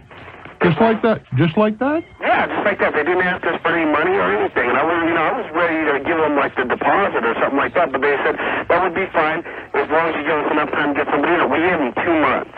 We said we want to be out by the end of October, and that was 2 months earlier. What ended up happening was they called us up. When they said, hey, look, we've got somebody that wants to move in. We even showed the apartment for them, too. And they called us up and said, we got somebody that wants to move in there, but they want to move in at the beginning of October. Right. Well, and I said, well, I could probably be out by the 15th. I said, but you see, but I had paid a first and last month's rent. I said, I really want some of that rent. I'd want half that rent back if I moved out early. You got to be kidding me. They're doing you a favor and you're quibbling over half a month's rent? Well, here's how it turned out, though. Yeah. Okay? You're right. I'm quibbling over that. But anyway... what I'm trying to get to is they're doing you a favor and now you don't want to reciprocate. Well, okay. Well, maybe that's a good point. But anyway, what happened was... It comes down, I said, well, look, I'll get out, if they want to move in early, I'll get out on the 1st of October if you'll give me my rent back for that month. Because I don't want to pay, I don't want that rent, I don't want to pay rent at 2 places, and they agreed. He said, okay, I'll give you a rent back for however long you move out, if you move out early and leave the place clean. So anyway, comes down to it, around the 3rd of October. Very quickly now. Yeah, but around the 3rd of October, I'd already rented another place, and they called up and said, our renter backed out. We want you to honor the whole lease now. Well, there's nothing you can do about that. Well, what happened was, I said, well, I'm moving out anyway. And I moved out anyway, and they moved somebody in on the 6th. Well, they did. Right. They moved the next-door neighbor into the house, into that apartment. So at that point, I said, well, look, I want my month's rent back, because you can't collect 2 rents. That's illegal. And they wouldn't give it back. I also left the place spotless, and they're telling me that I didn't. So I filed a small claim suit. That's okay. And also, during this time, there were also 2 illegal entries that they came into my apartment illegally without giving... No, that's not an issue. That's a non-issue. Non-issue, huh? Non-issue. Why do you say that? It's just a non-issue in terms of this. Did you go to small claims court? Not yet. Well, that's the place to go, or landlords and tenants court. But the fact they came into your apartment is no big deal, unless they stole something or whatever. The fact that they are not entitled to it is called undue enrichment. They can't collect from you any more than the costs of getting the new people in. And they could say, we had to advertise, do this and that, the other thing. That you're entitled to, you're expected to pay. They were being very generous with you, Guy. I'm Bruce Williams. For their counters, I put some on campus at the local university. All right. What did it cost to have this reproduced, the printing? $280. All right, $300, so you got $500 gross profit here someplace. That's correct. Okay.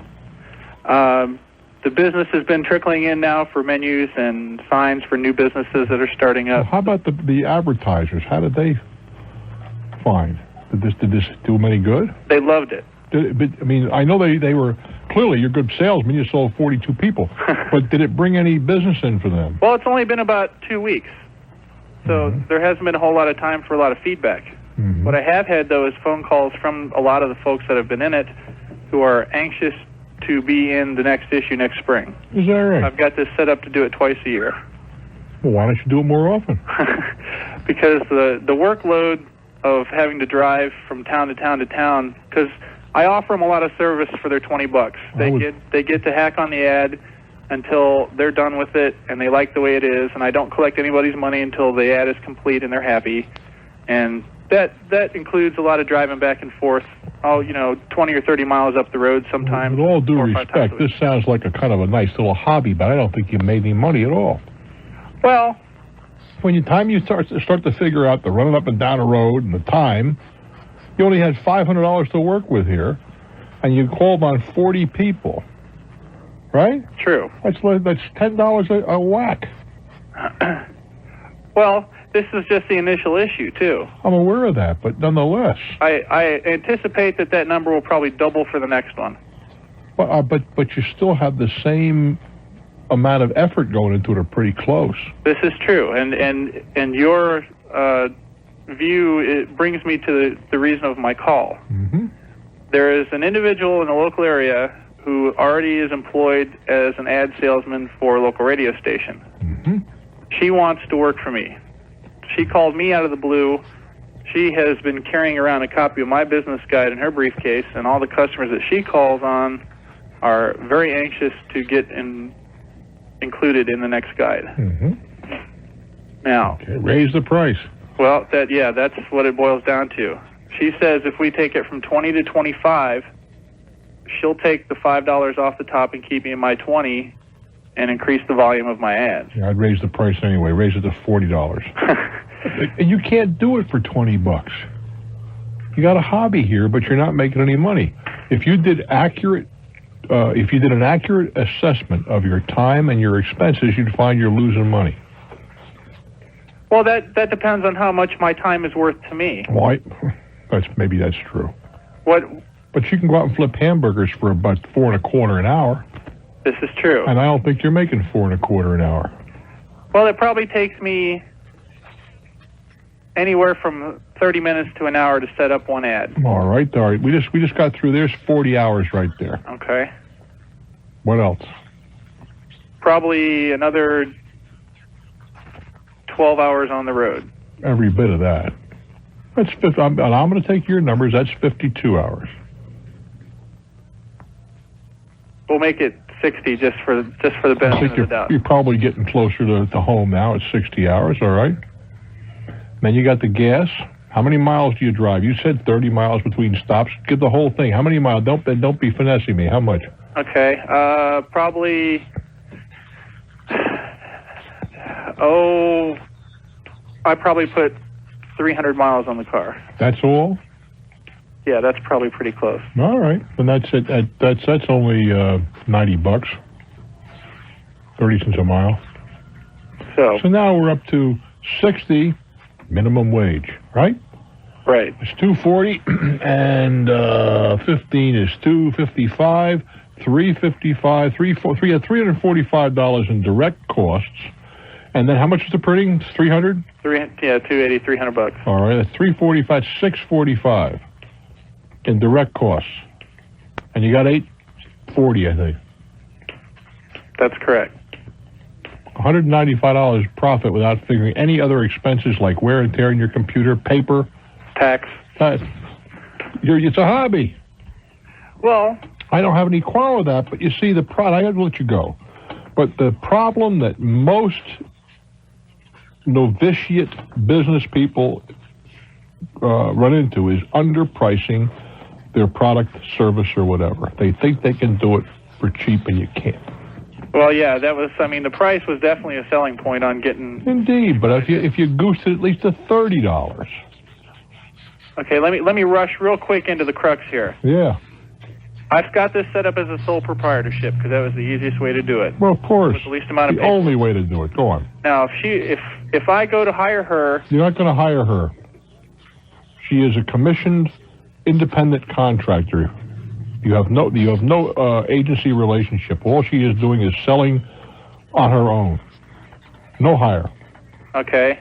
What kind of paperwork does that include? You just give her a 1099 at the end of the year for whatever you gave her.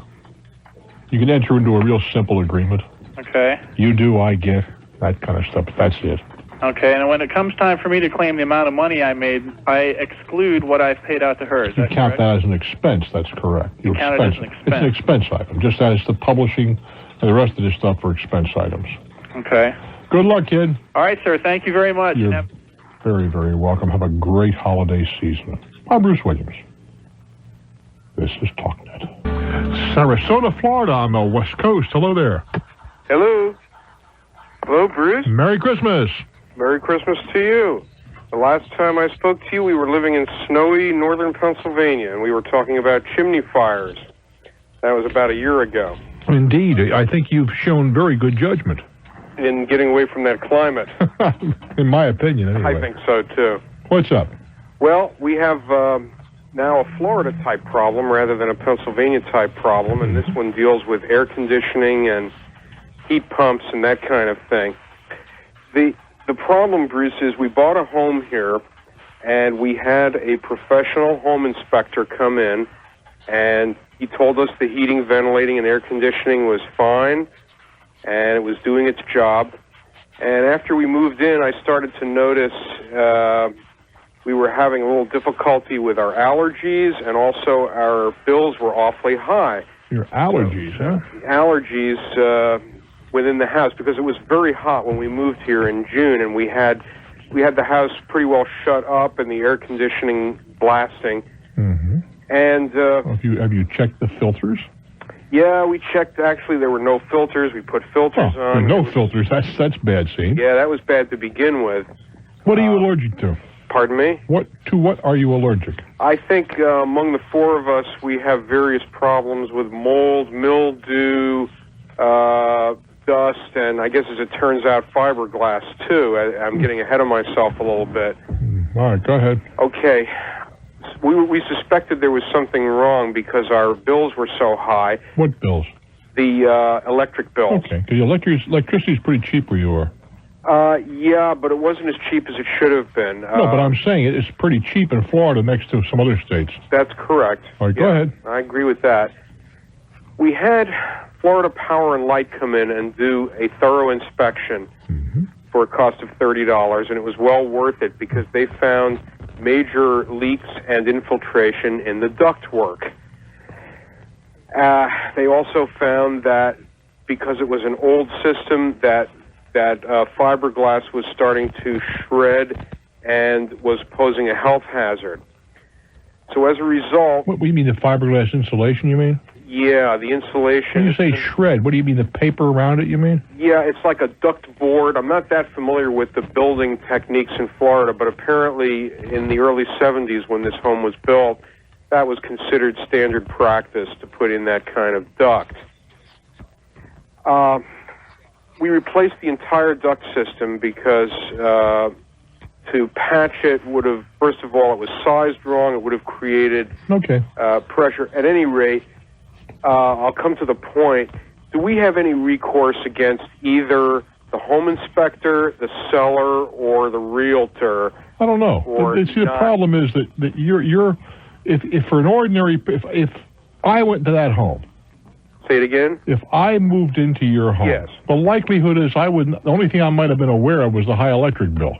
Mm-hmm. I'm not allergic to anything that I know of, except, money maybe. Right. So that if you guys are hyperallergenic, well, then I don't know that anybody can be held accountable for that. I mean, you're a breed apart unless you made it very clear to whoever's inspecting it. We got some weird problems, and I don't think you did that. Well, the Florida Power and Light guy picked up right away that this duct system was full of holes. I understand that, but we're still talking about the molds and all the rest of this stuff. Right. None of which the ordinary person would react to. I understand. Can we agree? Can we agree to that? I think we can agree to that. Right. Yes. Now, as regards the other thing, the breakdown of the insulation, that would maybe a different matter. And yeah, I think the inspector probably should have picked that up. Well, when I spoke to him and confronted him on that, he said, if you look at the code of the Association of Home Inspectors... I don't want to hear about this. We gave a good shot, but we're not responsible. That's baloney. Why do you hire an inspector? You hire him because you're not an expert. You're hiring him or her for their expertise. And that disclaimer is about as meaningless as anything. I don't want to... I mean, I understand what it says, and that's okay, but it doesn't mean very much. Now, as to the homeowner, I doubt seriously if they would know. And if they didn't know, they can't be held accountable for that with that they just didn't know. And again, if it wasn't for somebody with this problem that you described, you wouldn't know about it. If I slept there, would I have a stuffy nose? Probably not. Yeah, I don't know. Since we didn't have any guests here, it's impossible to determine who might have been bothered by it. Yeah, I understand, but the likelihood is that the normal person would not be bothered. You're probably right. Okay. In that case, they wouldn't know. Right. And you can't be held accountable for that you don't know. And then, of course, there'd be a pass-through there to the real estate office. They rely on the homeowner's candor That's right. And they can only be held responsible for what they could be expected to know. And I don't see how they could be expected to know this stuff. Mm-hmm. The home inspector, on the other hand, is an expert. Yes. And they're getting paid to scurry around in little corners and underneath and places that you don't go and see, be aware of the telltale signs. Yeah, see, there's a line in the contract. I was just looking at it. It says, the inspection does not include any equipment, component, or areas which are not readily accessible. Well, how did the Florida Power guy get in there? He actually had to take apart the connected pieces of the duct and look inside with a powerful flashlight. Well, then there the guy may have a legitimate out, because you didn't pay him to tear the place apart. You probably paid a fee of about $150, $200, and that doesn't include disassembling a lot of equipment. I do wish you well, my friend. I'm Bruce Williams. This is Talknet. Upper Marlboro, Maryland. Hello there. Hello? Is that a tentative hello, or is that hello? Hello. How are you, baby? Hi, Mr. Williams. Thank you for taking my call. You're welcome. I bought a condo 4.5 years ago. Yeah. And in the last 2 years, our condo fees have gone up 16%. Well, that's 15. 16. That's not bad. Well, okay. Inflation is about that. Okay. Well, we just got hit with a $500 assessment. Yeah, for what? Well, they said that, and that's fact, we did have to sue the builder because the buildings are falling apart. Mm-hmm. And the county has imposed this, I don't know what the word is, but they imposed something on us and said that if the repairs weren't made, they were going to condemn our building. Mm-hmm. Well, we sued the